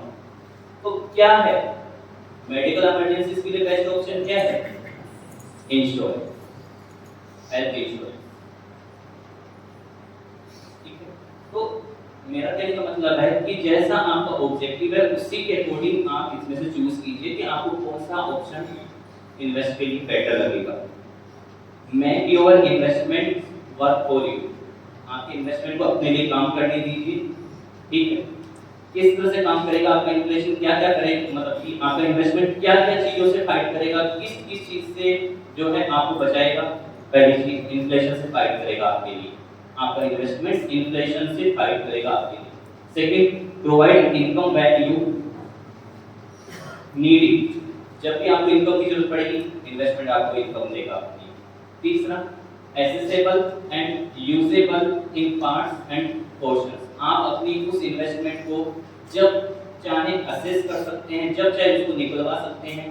ठीक है, अब एफडी का मैंने नाम देखो यहाँ पर सिर्फ एक ही जगह दिया, bank deposit. FD is not only A best option.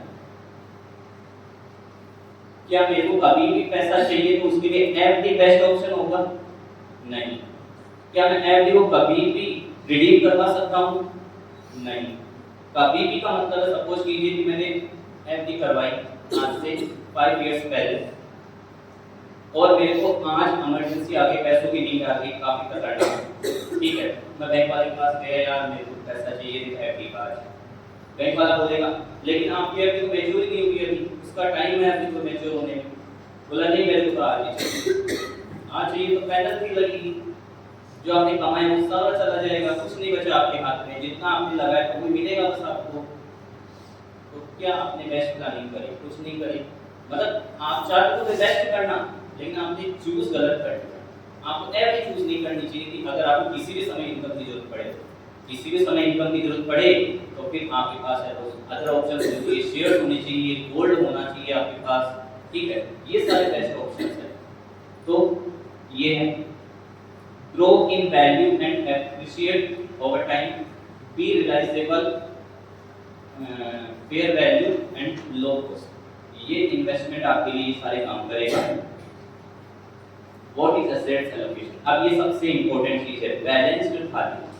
जैसे मैंने आपको भी जब सेशन मैंने चालू किया था तो सबसे पहले मैंने बात करी थी कि हमेशा इन्वेस्टमेंट एक बैलेंस्ड थाली के रूप में होना चाहिए। हमेशा इन्वेस्टमेंट ना पूरा गोल्ड में नहीं होना चाहिए, पूरा इन्वेस्टमेंट शेयर्स में भी नहीं होना चाहिए, पूरा इन्वेस्टमेंट जो है इंश्योरेंस में भी नहीं होना चाहिए।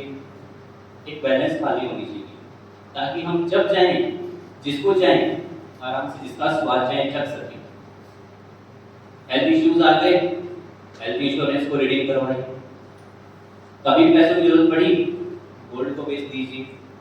गोल्ड डाउन चलता है, शेयर्स को बेच दीजिए। और पता है मार्केट में गोल्ड का और शेयर्स का रिवर्स कनेक्शन चलता है। जब गोल्ड डाउन जाता है तो शेयर मार्केट अप जाता है, जब शेयर मार्केट अप जाता है मतलब शेयर मार्केट डाउन जाता है तो गोल्ड अप जाता है। दोनों का रिवर्स कनेक्शन, दोनों रखिए ना अपनी तालीम में। मान लो पैसों की जरूरत आज ही पड़ गई, गोल्ड पड़ा है मेरे पास और गोल्ड की भाव डाउन चल रही है क्योंकि शेयर मार्केट अब चल रहा है, बेचना पड़ेगा गोल्ड, और कोई ऑप्शन नहीं। अभी वही आपने इन्वेस्टमेंट शेयर्स में और गोल्ड में दोनों में किया होता तो गोल्ड डाउन चल रहा है तो कोई दिक्कत नहीं, शेयर्स अब चल रहे हैं तो शेयर्स को बेच दीजिए। अगर शेयर्स मार्केट डाउन चल रहा है तो गोल्ड डेफिनेटली अब चलेगा, गोल्ड को बेच दीजिए। एक बैलेंस खाली होनी चाहिए ना हमारे पास, हमें पूरा का पूरा पैसा एक जगह इन्वेस्ट नहीं करना है, हमें हमारी ऑब्जेक्टिव्स के हिसाब से बैलेंस खाली बनानी है और जिस चीज को चाहे जब चाहे हम चख सकें, एक स्वाद दे सकें उस चीज का, इसके लिए बैलेंस खाली होनी चाहिए। ये वो बैलेंस खाली है, इसमें सारे एसेट्स हैं। रोटी की जगह अपन इंश्योरेंस को मान सकते हैं, इसके अलावा ये वेजिटेबल्स की जगह हम जो है गोल्ड को मान सकते हैं, जो हमारी स्वीट है इसकी जगह हम जो है हमारे शेयर्स को मान सकते हैं, अलग अलग चीजें सर। तो एक बैलेंस खाली होनी चाहिए हमारे पास। Assets allocation should match your needs, assets इस तरह से एलोकेट कीजिए कि आपकी नीड्स को सेटिस्फाई कर सके। जब आपको नीड अराइज हो आपको उस चीज का स्वाद मिल सके, ठीक है। इस तरह से आपका एसेट्स एलोकेशन होना चाहिए। अब सबसे इंपॉर्टेंट चीज आती है म्यूचुअल फंड। अब हमने ये तो देख लिया है कि बैलेंस खाली हमारे पास होनी चाहिए, लेकिन बैलेंस खाली में एक चीज हमें डालनी पड़ेगी, म्यूचुअल फंड। अरे म्यूचुअल फंड नाम की जो रेसिपी है ये क्या चीज है? तो जैसा कि मैंने अभी थोड़ी देर पहले के आपके साथ में शेयर किया था कि म्यूचुअल फंड्स एक फंड होते हैं, इन फंड को कोई कंपनी बनाती है, उस कंपनी को कहते हैं असेट्स मैनेजमेंट कंपनी। वो कंपनी मोस्ट ऑफ बैंकिंग कंपनियां होती है और वो क्या करती है, ट्रस्ट बनाती है और उस ट्रस्ट के नाम से एक म्यूचुअल फंड तैयार करती है। एक म्यूचुअल फंड कई सारी स्कीम्स लेके आता है, अलग अलग स्कीम्स। अभी स्कीम्स के बारे में देख लीजिए कौन कौन तरह की स्कीम्स होती है, और आपको म्यूचुअल फंड में अगर जानना है तो आपको कौन सी स्कीम प्रेफर करनी चाहिए म्यूचुअल फंड। तो देखते हैं ये म्यूचुअल फंड के बारे में, जैसे कि हमें बताया हुआ है कि म्यूचुअल फंड क्या होता है। क्या म्यूचुअल फंड सेफ है? सबसे पहला क्वेश्चन, क्या म्यूचुअल फंड सेफ है? क्या जो कंपनियां आज ये एचडीएफसी कंपनी ने, एचडीएफसी बैंक ने अपना म्यूचुअल फंड सेटअप कर रखा है, एचडीएफसी म्यूचुअल फंड, क्या ये सेफ है? क्या हम इनको पैसा जो दे रहे हैं क्या वो सेफ है? क्या ये लेके तो नहीं भाग जाएंगे? क्या ये सहारा इंडिया तो नहीं है? नहीं, ये सहारा इंडिया हो ही नहीं सकता। क्यों? हमारे डिपार्टमेंट काम करता है, इंडियन गवर्नमेंट ने एक इंडिपेंडेंट बॉडी बनाई हुई है, उस इंडिपेंडेंट बॉडी का नाम है सेबी। हम लोगों ने नाम सुन रखा भी होगा उसका कभी, सेबी का नाम, securities and exchange board of India. SEBI इस पे कंट्रोल करता है, पूरे मार्केट पे सेबी का कंट्रोल है। एक इंडिपेंडेंट बॉडी है, इंडिपेंडेंट का मतलब है कि वो एक ऐसी बॉडी है जिसके ऊपर ना प्राइम मिनिस्टर का कोई कंट्रोल है, ना किसी कोर्ट का कोई कंट्रोल है, वो एक इंडिपेंडेंट बॉडी है। जैसे इनकम टैक्स डिपार्टमेंट जो है एक इंडिपेंडेंट है, वैसे सेबी भी इंडिपेंडेंट बॉडी है।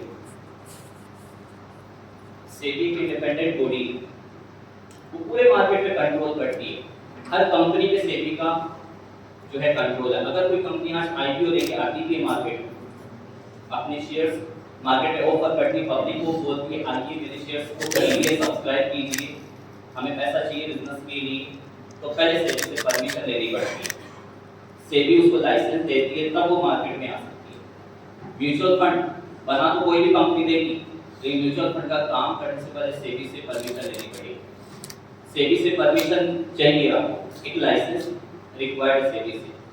जब सेबी परमिशन देगी तो ही म्यूचुअल फंड्स डिपॉजिट्स ले सकते हैं लोगों से, वरना नहीं ले सकते। तो ये है सेबी का कंट्रोल होता है इनके ऊपर।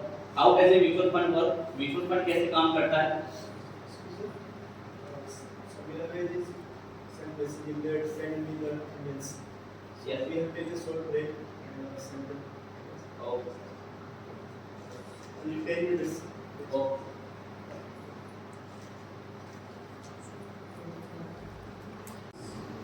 What are the benefits of mutual funds? There are many benefits. The first one is low cost. What is low cost? अगर मैं बात करूं तो पोर्टफोलियो मैनेजर्स कहा जाता है। ये क्या करते हैं, जो भी हमारा मतलब म्यूचुअल फंड में जो पोर्टफोलियो होता है, portfolio means basket of securities. जो बास्केट ऑफ सिक्योरिटीज आपने चूज करी है वो सारा सारा वो मैनेज करके चलते हैं, तो इसलिए उसको पोर्टफोलियो मैनेजर्स भी हम उनको कहते हैं। वो प्रोफेशनली काफी एक्सपर्टाइज होते हैं, उनको लो अकाउंट्स मैनेजमेंट इन सब चीज़ों की अच्छी नॉलेज होती है। इसके अलावा ट्रांसपेरेंसी, किसी भी तरह का कोई फ्रॉड इनर इन्वॉल्व नहीं रहता, पूरा वर्किंग एकदम ट्रांसपेरेंट रहता है, पूरी वर्किंग क्लियरली हमारे सामने रहेगी।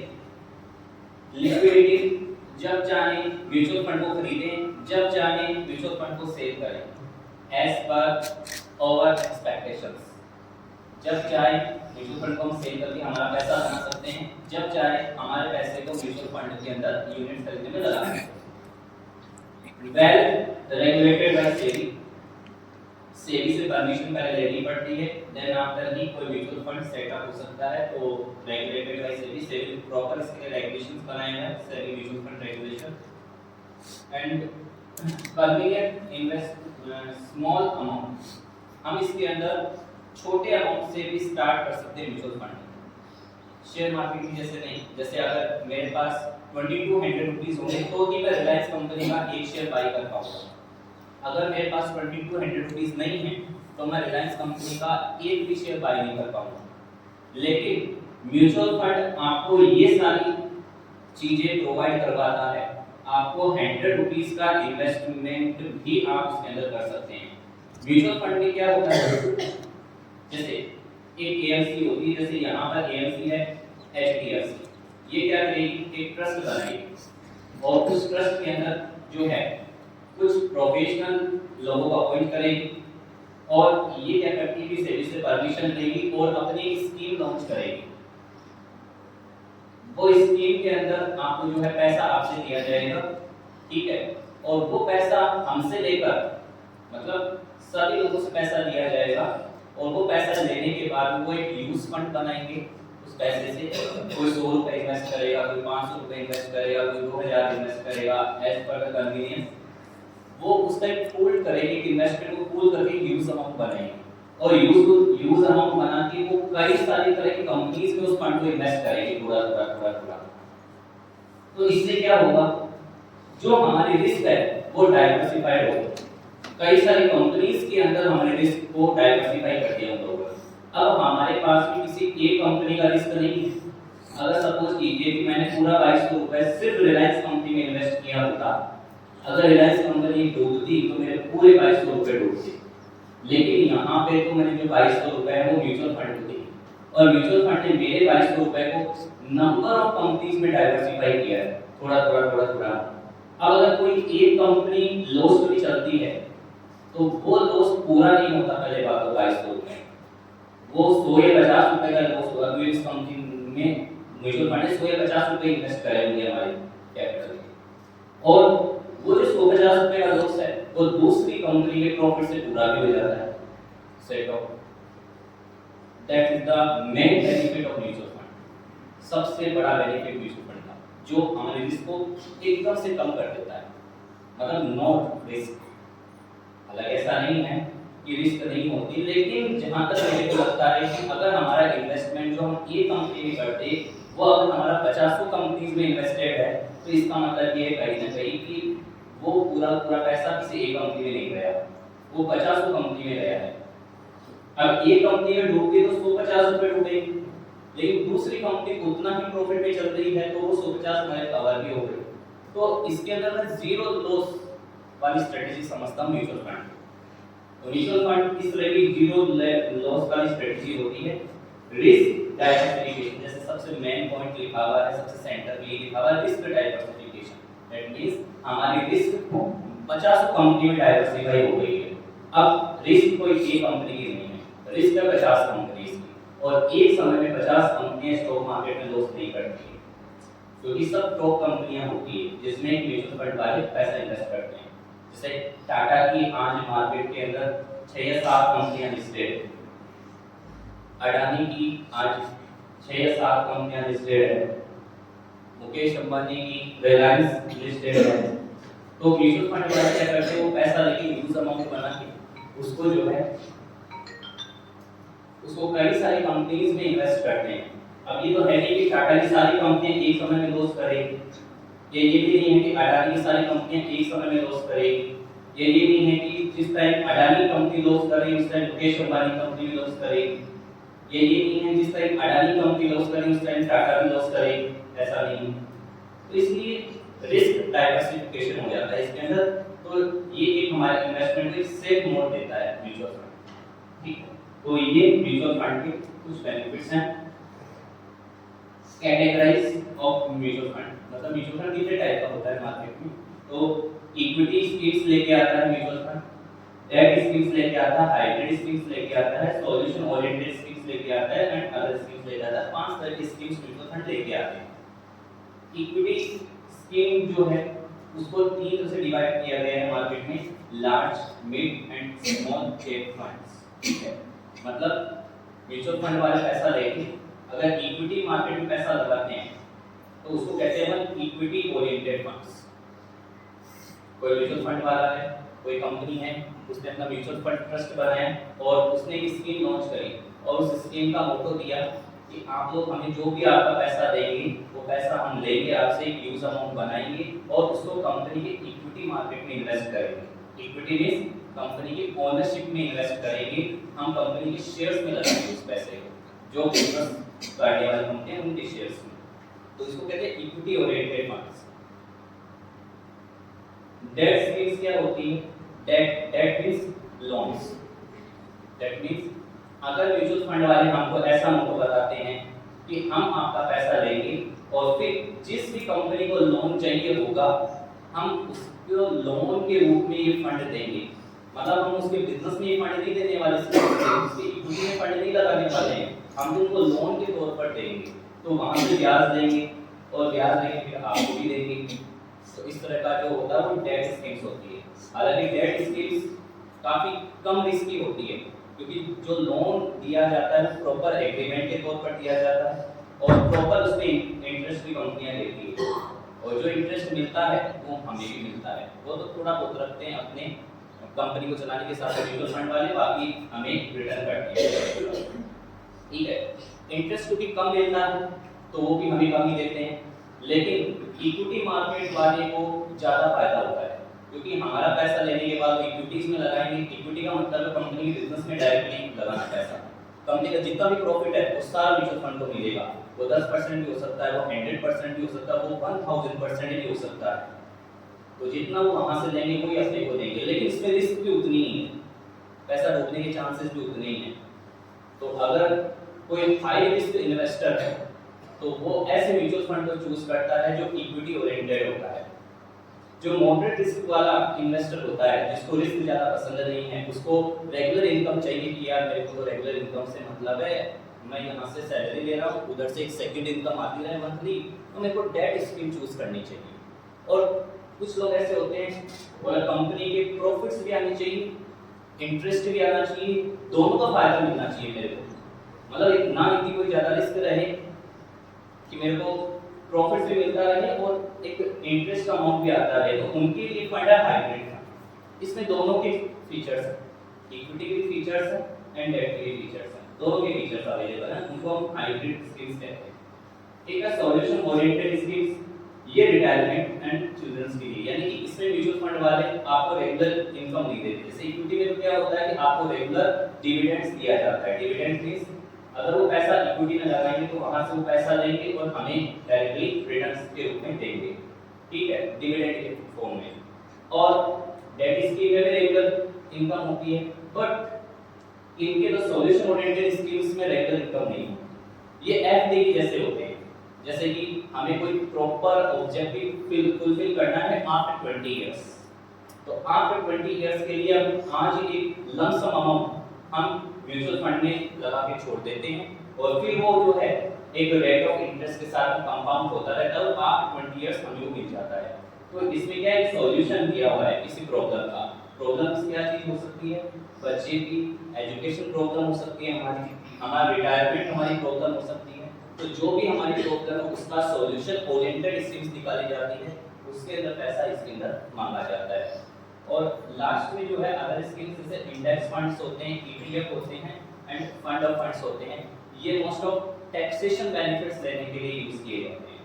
तो कई सारे कैटेगराइजेशन म्यूचुअल फंड्स में होते हैं और ये सारे सेबी की गाइडलाइंस के अकॉर्डिंग बनाए जाते हैं, यानी म्यूचुअल फंड कंपनियां खुद से तैयार नहीं करती इन फंड्स को, एज पर सेबी गाइडलाइंस, जैसा सेबी ने कहा है एज पर उसी की गाइडलाइंस प्रॉपर तैयार होती है स्कीम्स, इसमें कुछ भी वो अपनी तरफ से नहीं जोड़ेगी, एज पर सेबी गाइडलाइंस, जैसा सेबी की गाइडलाइंस में दिया गया है वैसा ही इसके अंदर लिखा जाएगा सारा सारा। तो इसमें फ्रॉड आने के चांसेस एकदम 0% है, कोई फ्रॉड नहीं इसके अंदर, फुल ट्रांसपेरेंसी के।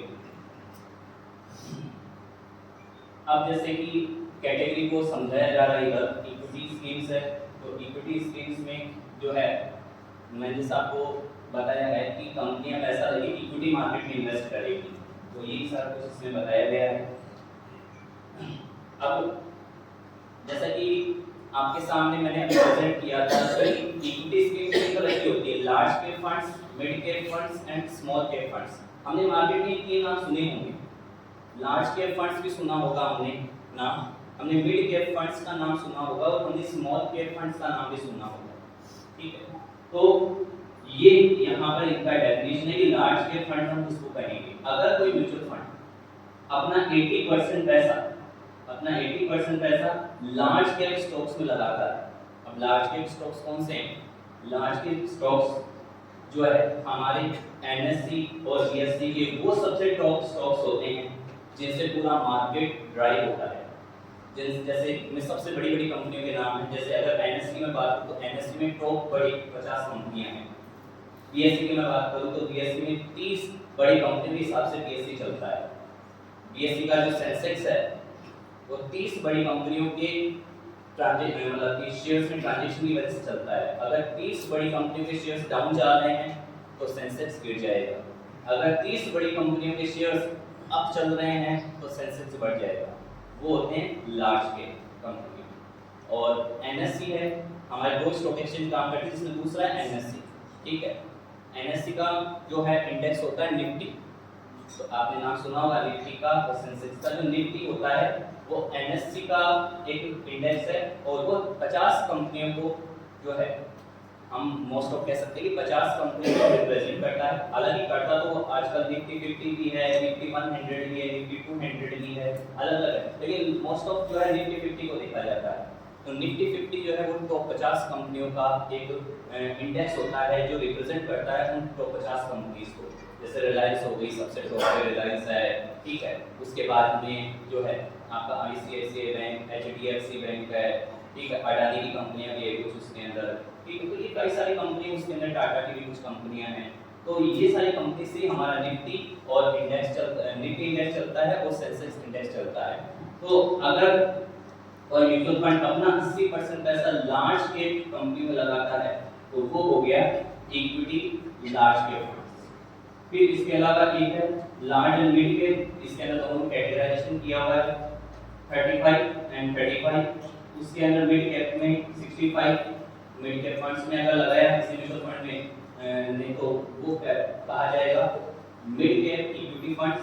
और स्मॉल कैप का मतलब है अगर किसी म्यूचुअल फंड ने अपना 65% पैसा स्मॉल कैप फंड्स में लगाया, छोटी कंपनीज के शेयर्स में लगाया जिनकी कैपिटलाइजेशन छोटी है, जिनकी कैपिटल वैल्यू छोटी है, ठीक है, 5000 करोड़ से छोटी जिनकी मतलब की कैपिटल वैल्यू होती है, उनको हम स्मॉल कैप कंपनीज की दर्जा में लेके आते हैं। 20,000 करोड़ से जिनका कैपिटलाइजेशन ज्यादा होता है हम उनको लार्ज कैप फंड्स में रखते हैं। और 5 से लेकर 20,000 के बीच में जिनकी कैपिटलाइजेशन वैल्यू होती है, ठीक है, उनको हम मिड कैप फंड्स में रखते हैं। मींस जिन कंपनीज का कैपिटल वैल्यू 5000 करोड़ से कम का है उनको स्मॉल कैप फंड्स कंपनियां कहेंगे। जिन कंपनीज का 5000 करोड़ से ज्यादा लेकिन 20000 करोड़ तक का कैपिटलाइजेशन है, मार्केट कैपिटलाइजेशन, तो उसको हम मिड कैप कंपनीज कहेंगे। और जिन कंपनीज का 20000 करोड़ से ज्यादा का कैपिटलाइजेशन वैल्यू है तो उसको हम लार्ज कैप कंपनी कहेंगे। और म्यूचुअल फंड ने अगर 65-80% पैसा लार्ज कैप कंपनी से लगाया है तो वो म्यूचुअल फंड ज्यादा रिस्की है, बड़ी कंपनीज में पैसा इन्वेस्ट है, ठीक है। बड़ी कंपनीज के हिसाब से सेंसेक्स और निफ्टी चला करते हैं। तो ये फिर है ELSS, equity linked saving schemes. ये मोस्ट ऑफ टैक्सेशन बेनिफिट लेने के लिए काम में लिया जाने वाला एक टूल होता है। इसमें क्या होता है कि वो लोग इसमें पैसा इन्वेस्ट करते हैं जिनको टैक्स में बेनिफिट भी चाहिए और जिनको अपना पैसा 3 साल बाद में चाहिए, आज जरूरत नहीं। इसमें क्योंकि पैसा जो लगाते हैं हम 3 साल में लॉक हो जाता है, 3 साल बाद में मिलेगा, ठीक है। वो कंपनी क्या करेगी, जो भी इसी स्कीम लेके आती है, जो भी म्यूचुअल फंड कंपनी है, वो 3 साल के लिए आपसे पैसा लेगी, उसको इन्वेस्ट करेगी, 3 साल बाद में आपका पैसा रिटर्न करेगा। आप 3 साल बाद में इतना पैसा निकाल सकते हैं, उससे पहले नहीं, ठीक है। और जितना आपने इन्वेस्ट किया है उसका टैक्स में बेनिफिट आप ले सकते हैं, डिडक्शन के रूप में ले सकते हैं।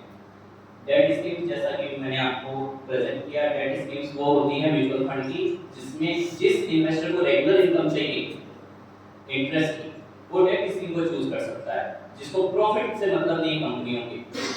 क्योंकि अगर आपको प्रॉफिट से मतलब है, आप चाहते हैं कि आप कंपनी के प्रॉफिट से डायरेक्ट लिंक्ड हो, तो इक्विटी फंड चूज कीजिए, ठीक है। उसमें रिस्क है क्योंकि कंपनियां प्रॉफिट भी कमा सकती है, कंपनियां लॉस भी कमा सकती है। प्रॉफिट होगा तो कितना भी हो सकता है, लॉस होगा तो कितना भी हो सकता है। तो उसके लिए तैयार रहने वाले जो इन्वेस्टर को इक्विटी में पैसा लगाते हैं, इक्विटी जो इतनी रिस्क नहीं ले सकते, बोले नहीं ना तो मेरे को प्रॉफिट से ज्यादा मतलब है ना लॉस से मेरे को मतलब है, मेरे को 10% चाहिए और मेरे को मतलब नहीं है, ठीक। तो आप स्कीम्स चूज कर सकते हैं म्यूचुअल फंड्स में। इसमें आपकी सेकंड एक रेगुलर इनकम चालू हो जाएगी, लेकिन इसमें ये है कि आप कुछ सालों बाद में जो एक एक्सपेक्टेशंस कर रहे हैं कि मेरे को एक लार्ज अमाउंट मिले, वो 2.25 करोड़ वाला वो इसमें नहीं बनता। इसमें आपको रेगुलर इनकम मिलती रहती है बस। तो इसमें ग्रोथ ओरिएंटेड फंड्स नहीं है, ग्रोथ ओरिएंटेड फंड्स आपके इक्विटी फंड्स होते हैं, ठीक है। और किसी को चाहिए कि मेरे को तो दोनों का ही बेनिफिट चाहिए, मेरे को प्रॉफिट से भी मतलब है, मेरे को रेगुलर इनकम से भी मतलब है, तो फिर उसके लिए हाइब्रिड स्कीम्स है म्यूचुअल फंड की, जिसमें जो है आपको प्रॉफिट भी होगा, लॉस भी होगा, आपको रेगुलर इनकम भी मिलेगी। इसको कहते हैं हाइब्रिड फंड्स। तो ये हाइब्रिड फंड्स है, सेबी ने कई तरह के हाइब्रिड फंड्स कैटेगराइज किए हुए हैं। कोई भी म्यूचुअल फंड ऐसे कोई भी हाइब्रिड फंड्स को लॉन्च कर सकता है। 7 कैटेगरीज इसके अंदर। अगर 10 to 25% इन्वेस्टमेंट इक्विटी में हो और 75 to 90% डेट में हो तो ये पहला है। इसी तरह से सबका अलग-अलग स्लैब्स है, ठीक है। हमें इतना डीप में जाने की जरूरत नहीं, हम कोई सा भी इसमें से चूज कर सकते हैं, ठीक है। बस इतना सा ये इसके अंदर जो हमारा पैसा है जो हमसे लिया गया है वो दोनों तरह के फंड्स में इन्वेस्ट होगा, इक्विटी में भी लगेगा और डेट में भी लगेगा, तो आपको दोनों का बेनिफिट मिलता रहेगा इसके अंदर। इसको हम हाइब्रिड फंड्स कहते हैं। फिर सॉल्यूशन ओरिएंटेड फंड्स, जैसा कि मैंने आपको बताया कि अगर आप रिटायरमेंट प्लान कर रहे हैं तो आपको अभी इनकम नहीं चाहिए, इसका मतलब आप रिटायरमेंट के टाइम चाहिए तो आप ये वाला रिटायरमेंट फंड ले सकते हैं। आप चिल्ड्रंस के लिए फंड बना सकते हैं। सब में लॉकिंग पीरियड है, मतलब आप जो पैसा इन्वेस्ट करेंगे वो कम से कम 5 इयर्स तक आप नहीं निकाल सकते। स्टार्टिंग के दो में आपको दिख रहा होगा ऐसा कि लॉकिंग फॉर एटलीस्ट 5 इयर्स और till retirement age which ईवर is earlier, जो भी पहले खत्म हो जाए वहां तक आपका पैसा लॉक हो जाएगा अगर आप रिटायरमेंट फंड में पैसा लगाते हैं।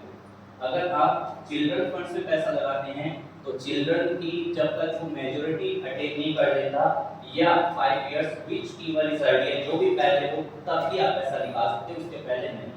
इसके अलावा इंडेक्स फंड ETFs होते हैं जो अभी आपने देखे, ठीक है, जिसमें 95% इन्वेस्टमेंट सिक्योरिटीज में होता है पर्टिकुलर इंडेक्स का। इंडेक्स क्या चीज होती है, जैसे मैंने अभी आपको बताया, निफ्टी 50 इज एन इंडेक्स जो रिप्रेजेंट करता है निफ्टी की 50 कंपनीज को, ठीक है। तो अगर कोई म्यूचुअल फंड उसी रेशियो में पैसा लगा, सपोज कीजिए कि किसी म्यूचुअल फंड ने हमसे 1000 रुपए लिए और 1000 रुपए लेके उसने उन 50 कंपनी में पैसे लगाए जिन 50 कंपनी के हिसाब से निफ्टी चलता है, और उसी प्रोपोर्शन में लगाए जिस प्रोपोर्शन में निफ्टी में उन कंपनीज का स्टेक है, तो उसको कहेंगे हम इंडेक्स फंड।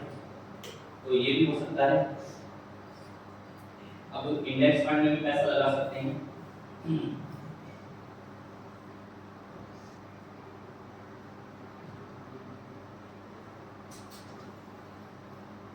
अब सबसे इम्पोर्टेंट चीज ये है कि हमें म्यूचुअल फंड की कौन सी स्कीम को हमें लेना चाहिए।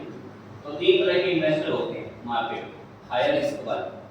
So after seeing the numerous benefits of mutual funds, so we can say at this time this is the best investment we can do. Queries का भी वीडियो सेंड करना है, जैसे आपको कोई क्यूरीज है हाँ, उससे एक इसके लिए आपका अलग से रहेगा फीडबैक वाला, तो आप उसके अंदर आस्क कर सकते हैं। तो अभी मेरा ये पूरा होने वाला है, उसके बाद जो भी आपके फीडबैक्स होंगे तो हम क्वेश्चंस की एक सीरीज रखेंगे।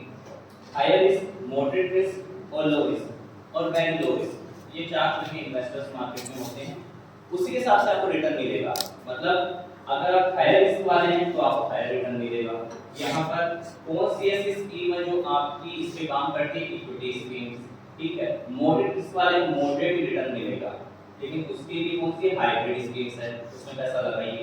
अगर आपको लो और मॉडरेट रिस्क दोनों पसंद है तो आप डेट स्कीम में पैसा लगाइए, जिसमें वेरी लो रिस्क रहेगी, ठीक है। और वेरी लो रिस्क और भी इससे कम चाहिए तो लिक्विड स्कीम्स में पैसा लगाइए। लिक्विड स्कीम्स कौन सी होती है, जो ओपन एंडेड होती है, यानी कि जिसमें इन्वेस्टमेंट चालू रहता है, आप कभी भी कर सकते हैं, कभी भी अपना इन्वेस्टमेंट बेच सकते हैं, ऐसी स्कीम्स होती है। रिस्क और रिटर्न का एक रेशियो चलता है, जिस हिसाब से रिस्क चलेगी उस हिसाब से रिटर्न का रेशियो चलेगा। अब सबसे इम्पोर्टेंट चीज है कि अपन अगर म्यूचुअल फंड में इन्वेस्ट करें तो उसके पहले क्या अपने म्यूचुअल फंड के बारे में पहले से जांच पड़ताल करनी चाहिए, कुछ चेकिंग करनी चाहिए म्यूचुअल फंड की। कहाँ मिलेगी ये चेकिंग? तो सबसे पहले इन्वेस्टमेंट करने से पहले आपको स्कीम से रिलेटेड डॉक्यूमेंट्स को अच्छे से पढ़ लेना चाहिए कि क्या है ये स्कीम, किस लिए बनी हुई है, आपका ऑब्जेक्टिव पूरा करेगी कि नहीं करेगी। स्कीम से रिलेटेड एक डॉक्यूमेंट्स होता है एसआईडी और एसएआई, ये 2 डॉक्यूमेंट्स होते हैं जो आपको पहले पढ़ लेनी चाहिए, उसके बाद भी आपको इन्वेस्टमेंट करना चाहिए। इनके अंदर सारी डिटेल्स लिखी हुई होती है, किसने ये म्यूचुअल फंड बनाए हैं, किस पर्पस के लिए बनाए हैं, कंपनी क्या करेगी इससे, आपको क्या फायदा होगा, इससे सारा कुछ इसमें लिखा हुआ होता है। इसमें प्रोफेशनली मैनेज्ड टीम कौन कौन सी है, उनकी क्या क्वालिफिकेशंस है, क्या उनका एक्सपीरियंस रहा है, पहले किस कंपनी के वो रहे हुए हैं प्रोफेशनल पोर्टफोलियो मैनेजर्स, वो सब इसमें दिया हुआ रहता है।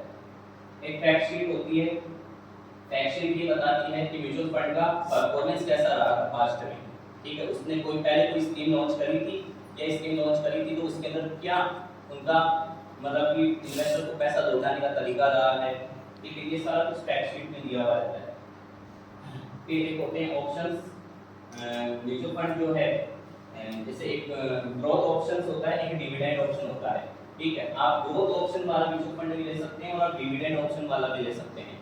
ग्रोथ ऑप्शन वाले म्यूचुअल फंड में क्या होता है कि आपको डिविडेंड मिलेगा नहीं, आपका जो डिविडेंड है वो वापस से इन्वेस्ट हो जाएगा और वो ग्रो करेगा फिर बाद में आपका इन्वेस्टमेंट। एक होता है कि डिविडेंड आप ले लेते हैं, तो फिर अगर डिविडेंड ही आपने ले लिया तो म्यूचुअल फंड के बाद क्या छोड़ा आपने, कुछ छोड़ा नहीं, तो आपका फंड ग्रो कैसे होगा।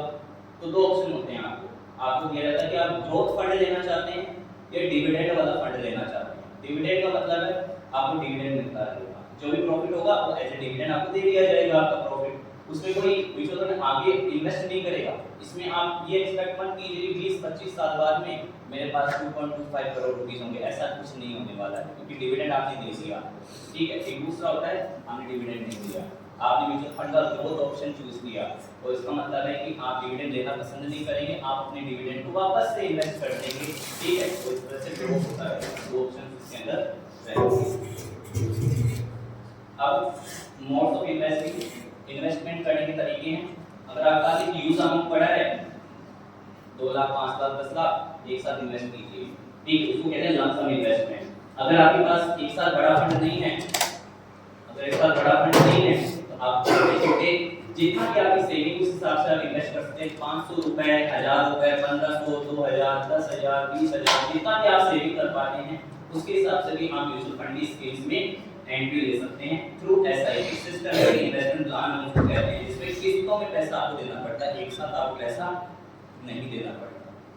फिर है सिस्टमैटिक ट्रांसफर प्लान एसपीपी और एक है inter scheme.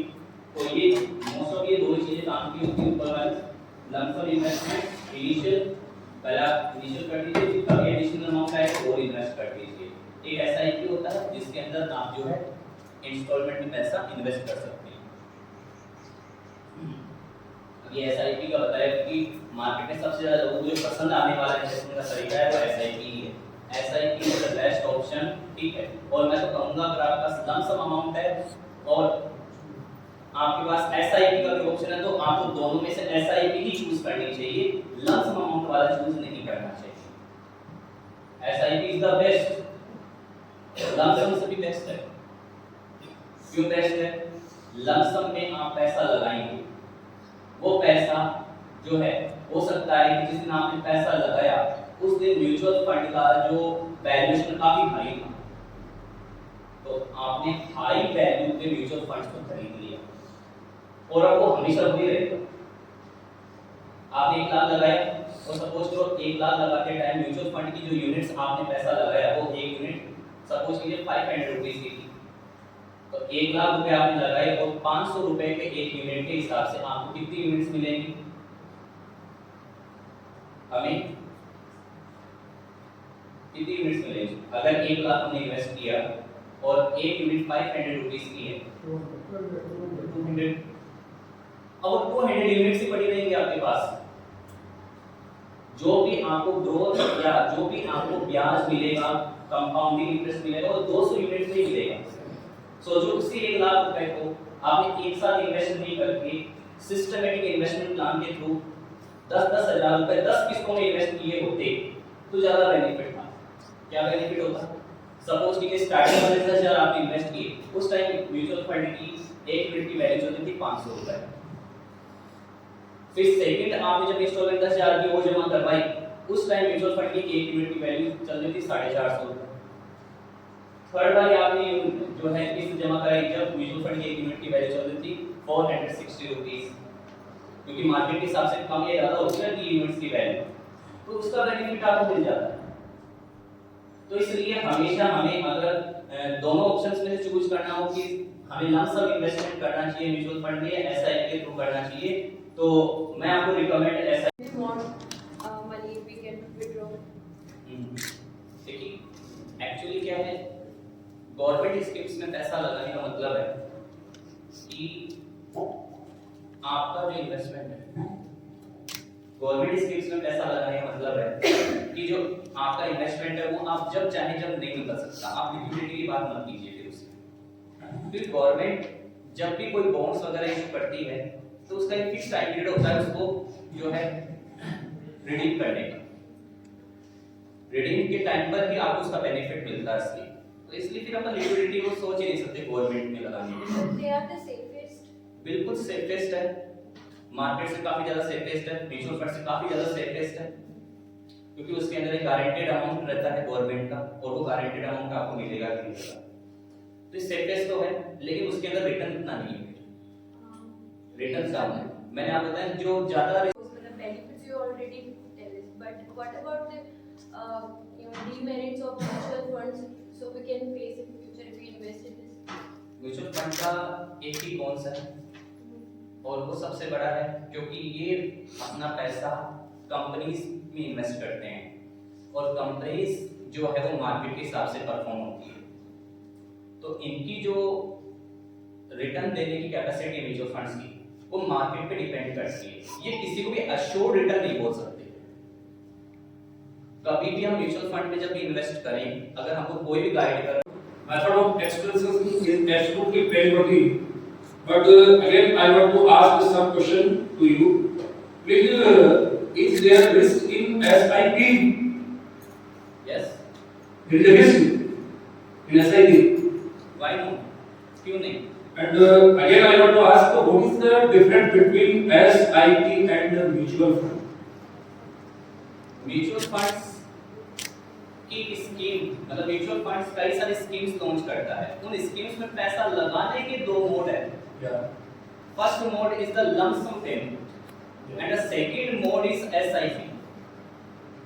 SIP only is a mode to invest in mutual fund। Mutual fund में इन्वेस्ट करने का एक मोड है सिर्फ SIP। तो म्यूचुअल फंड नहीं है, वो तो एक मोड है। आप किसी भी म्यूचुअल फंड में पैसा लगाना चाहते हैं, HDFC mutual fund, there are two options available with you. If you have lump sum amount, then you can go with your lump sum amount. If you don't have any lump sum amount, you can start with SIP. So SIP is a mode available to invest in mutual fund. I am 45 years old. If I deposit 2,000 per month in SIP, so I will have to deposit 2,000 per month according to 50 years. What can I take benefit from this? Actually, ये जरूरी नहीं कि आप 15 years तक की इसके लिए invest करें। आप एक ये मत देखिए चलिए कि मैं 60 साल तक ही उसमें इन्वेस्ट कर सकता हूँ। आप चाहें तो 80 साल तक इन्वेस्ट कीजिए, कोई मना करने वाला नहीं। ठीक है, हम एक 60 साल का एज क्यों क्राइटेरिया मानते हैं कि इन्वेस्ट हमें 60 साल तक करना चाहिए, क्योंकि उसके बाद हमारी कोई इनकम नहीं रहती, प्राइमरी इनकम। तो इसलिए हमने एक 60 साल के गैप बना मतलब एक लिमिट बना दी कि हमें 60 साल तक ही इसमें इन्वेस्ट करना है। ऐसा कुछ एक्चुअली है नहीं। कुछ लोगों को जैसे गवर्नमेंट सर्वेंट्स को तो मैंने देखा है कि वो 80 इयर्स में भी है फिर भी इन्वेस्ट करें SIP। और नॉमिनी बना रखा उन्होंने अपने बेटे को, अपने पोते को। उनको पूछते हैं कि आपका क्या ऑब्जेक्टिव था, इसमें इन्वेस्ट क्यों कर रहे हैं, अभी तो आपकी लाइफ दिख रही है, कभी भी एंड हो सकती है, मतलब तो बोलते हैं नॉमिनी है ना, जब तक है तब तक तो इन्वेस्ट करेंगे भाई। जो ये पेंशन से एक आ रही है अमाउंट, मेरे क्या काम की है, इन्वेस्ट कर देते हैं। तो इसलिए कई लोग तो जो है अपनी जनरेशंस के लिए इन्वेस्ट करते हैं। एक क्वेश्चन आपने इसमें ये पूछा कि भाई SIP में 45 ईयर तक 45 ईयर के बाद में अगर आप करवाते हैं तो भी उसमें सेम बेनिफिट रहेगा। बेनिफिट कुछ कम नहीं होता है। हमें SIP का बेनिफिट ज्यादा तब मिलता है जब जितना लॉन्ग ड्यूरेशन तक हम इन्वेस्ट रहेंगे। SIP जो है जितना लॉन्ग ड्यूरेशन आप इन्वेस्ट रहेंगे उतना ही बेनिफिट आपको ज्यादा देगी। कुछ लोग 35 साल तक इन्वेस्टेड रहते हैं। कुछ लोग अपना पैसा 20 साल में निकाल लेते हैं, तो 20 साल तक की बेनिफिट मिलता है उनको। ठीक है, तो वो तो अपने ऊपर डिपेंड करता है कि हम कितने साल तक इन्वेस्टेड रहना पसंद करेंगे। ठीक है, लेकिन जितनी कम एज में आप चालू करेंगे और offline online and offline both modes are available. Thank you sir. Can be negative और positive, it may be negative और positive. Actually it depends upon the market conditions. If your mutual fund invest in those securities like Reliance Industries, like Adani, and if their shares are down, and also your mutual fund units value, your NAV is also down. So there is 0% regularity. Yeah. Assured return कुछ है ही नहीं ना, 0% हो सकता है, 5% भी हो सकता है। 500 रुपये।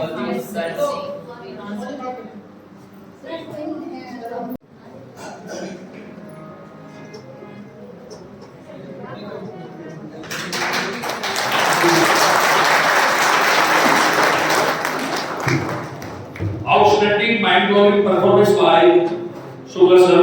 Absolutely praiseworthy. There is no word with me. How can I admire you?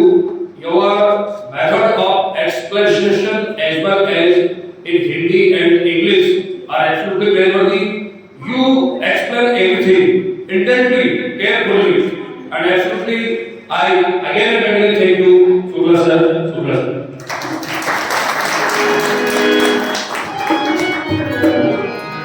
गुरुवंदना के बाद में 5 मिनट का प्रयोजन है। अनुकूलम गुरुर्मूर्ति पूजांगुलम गुरुपदम अग्रमूलम गुरुर्वक्त्रम मोक्ष मूलम गुरु कृपा गुरु ब्रह्मा गुरु विष्णु गुरुदेव महेश्वर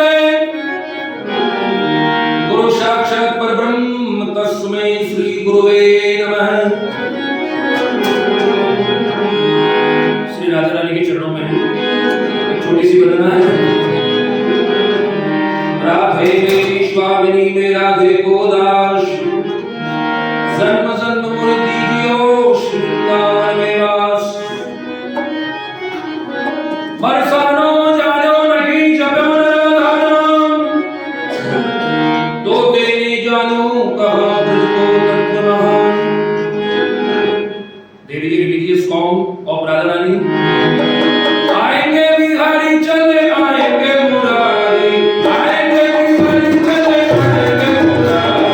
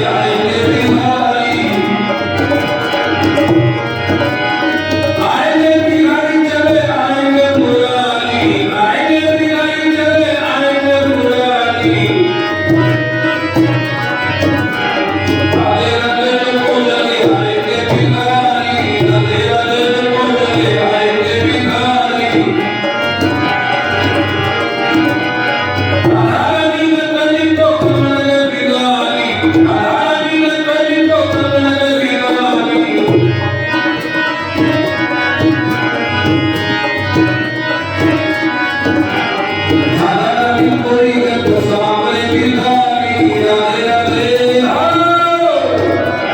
राधे राधे बोलते आएंगे Bihari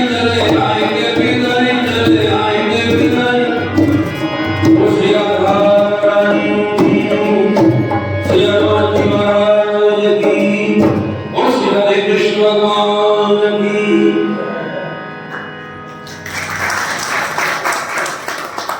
To all the member of SNI and resources person Shukla sir, today we have achieved a lot of knowledge about financial literacy and use of digital tools. So I again say a lot of thanks and today's program is dismissed. Thanks.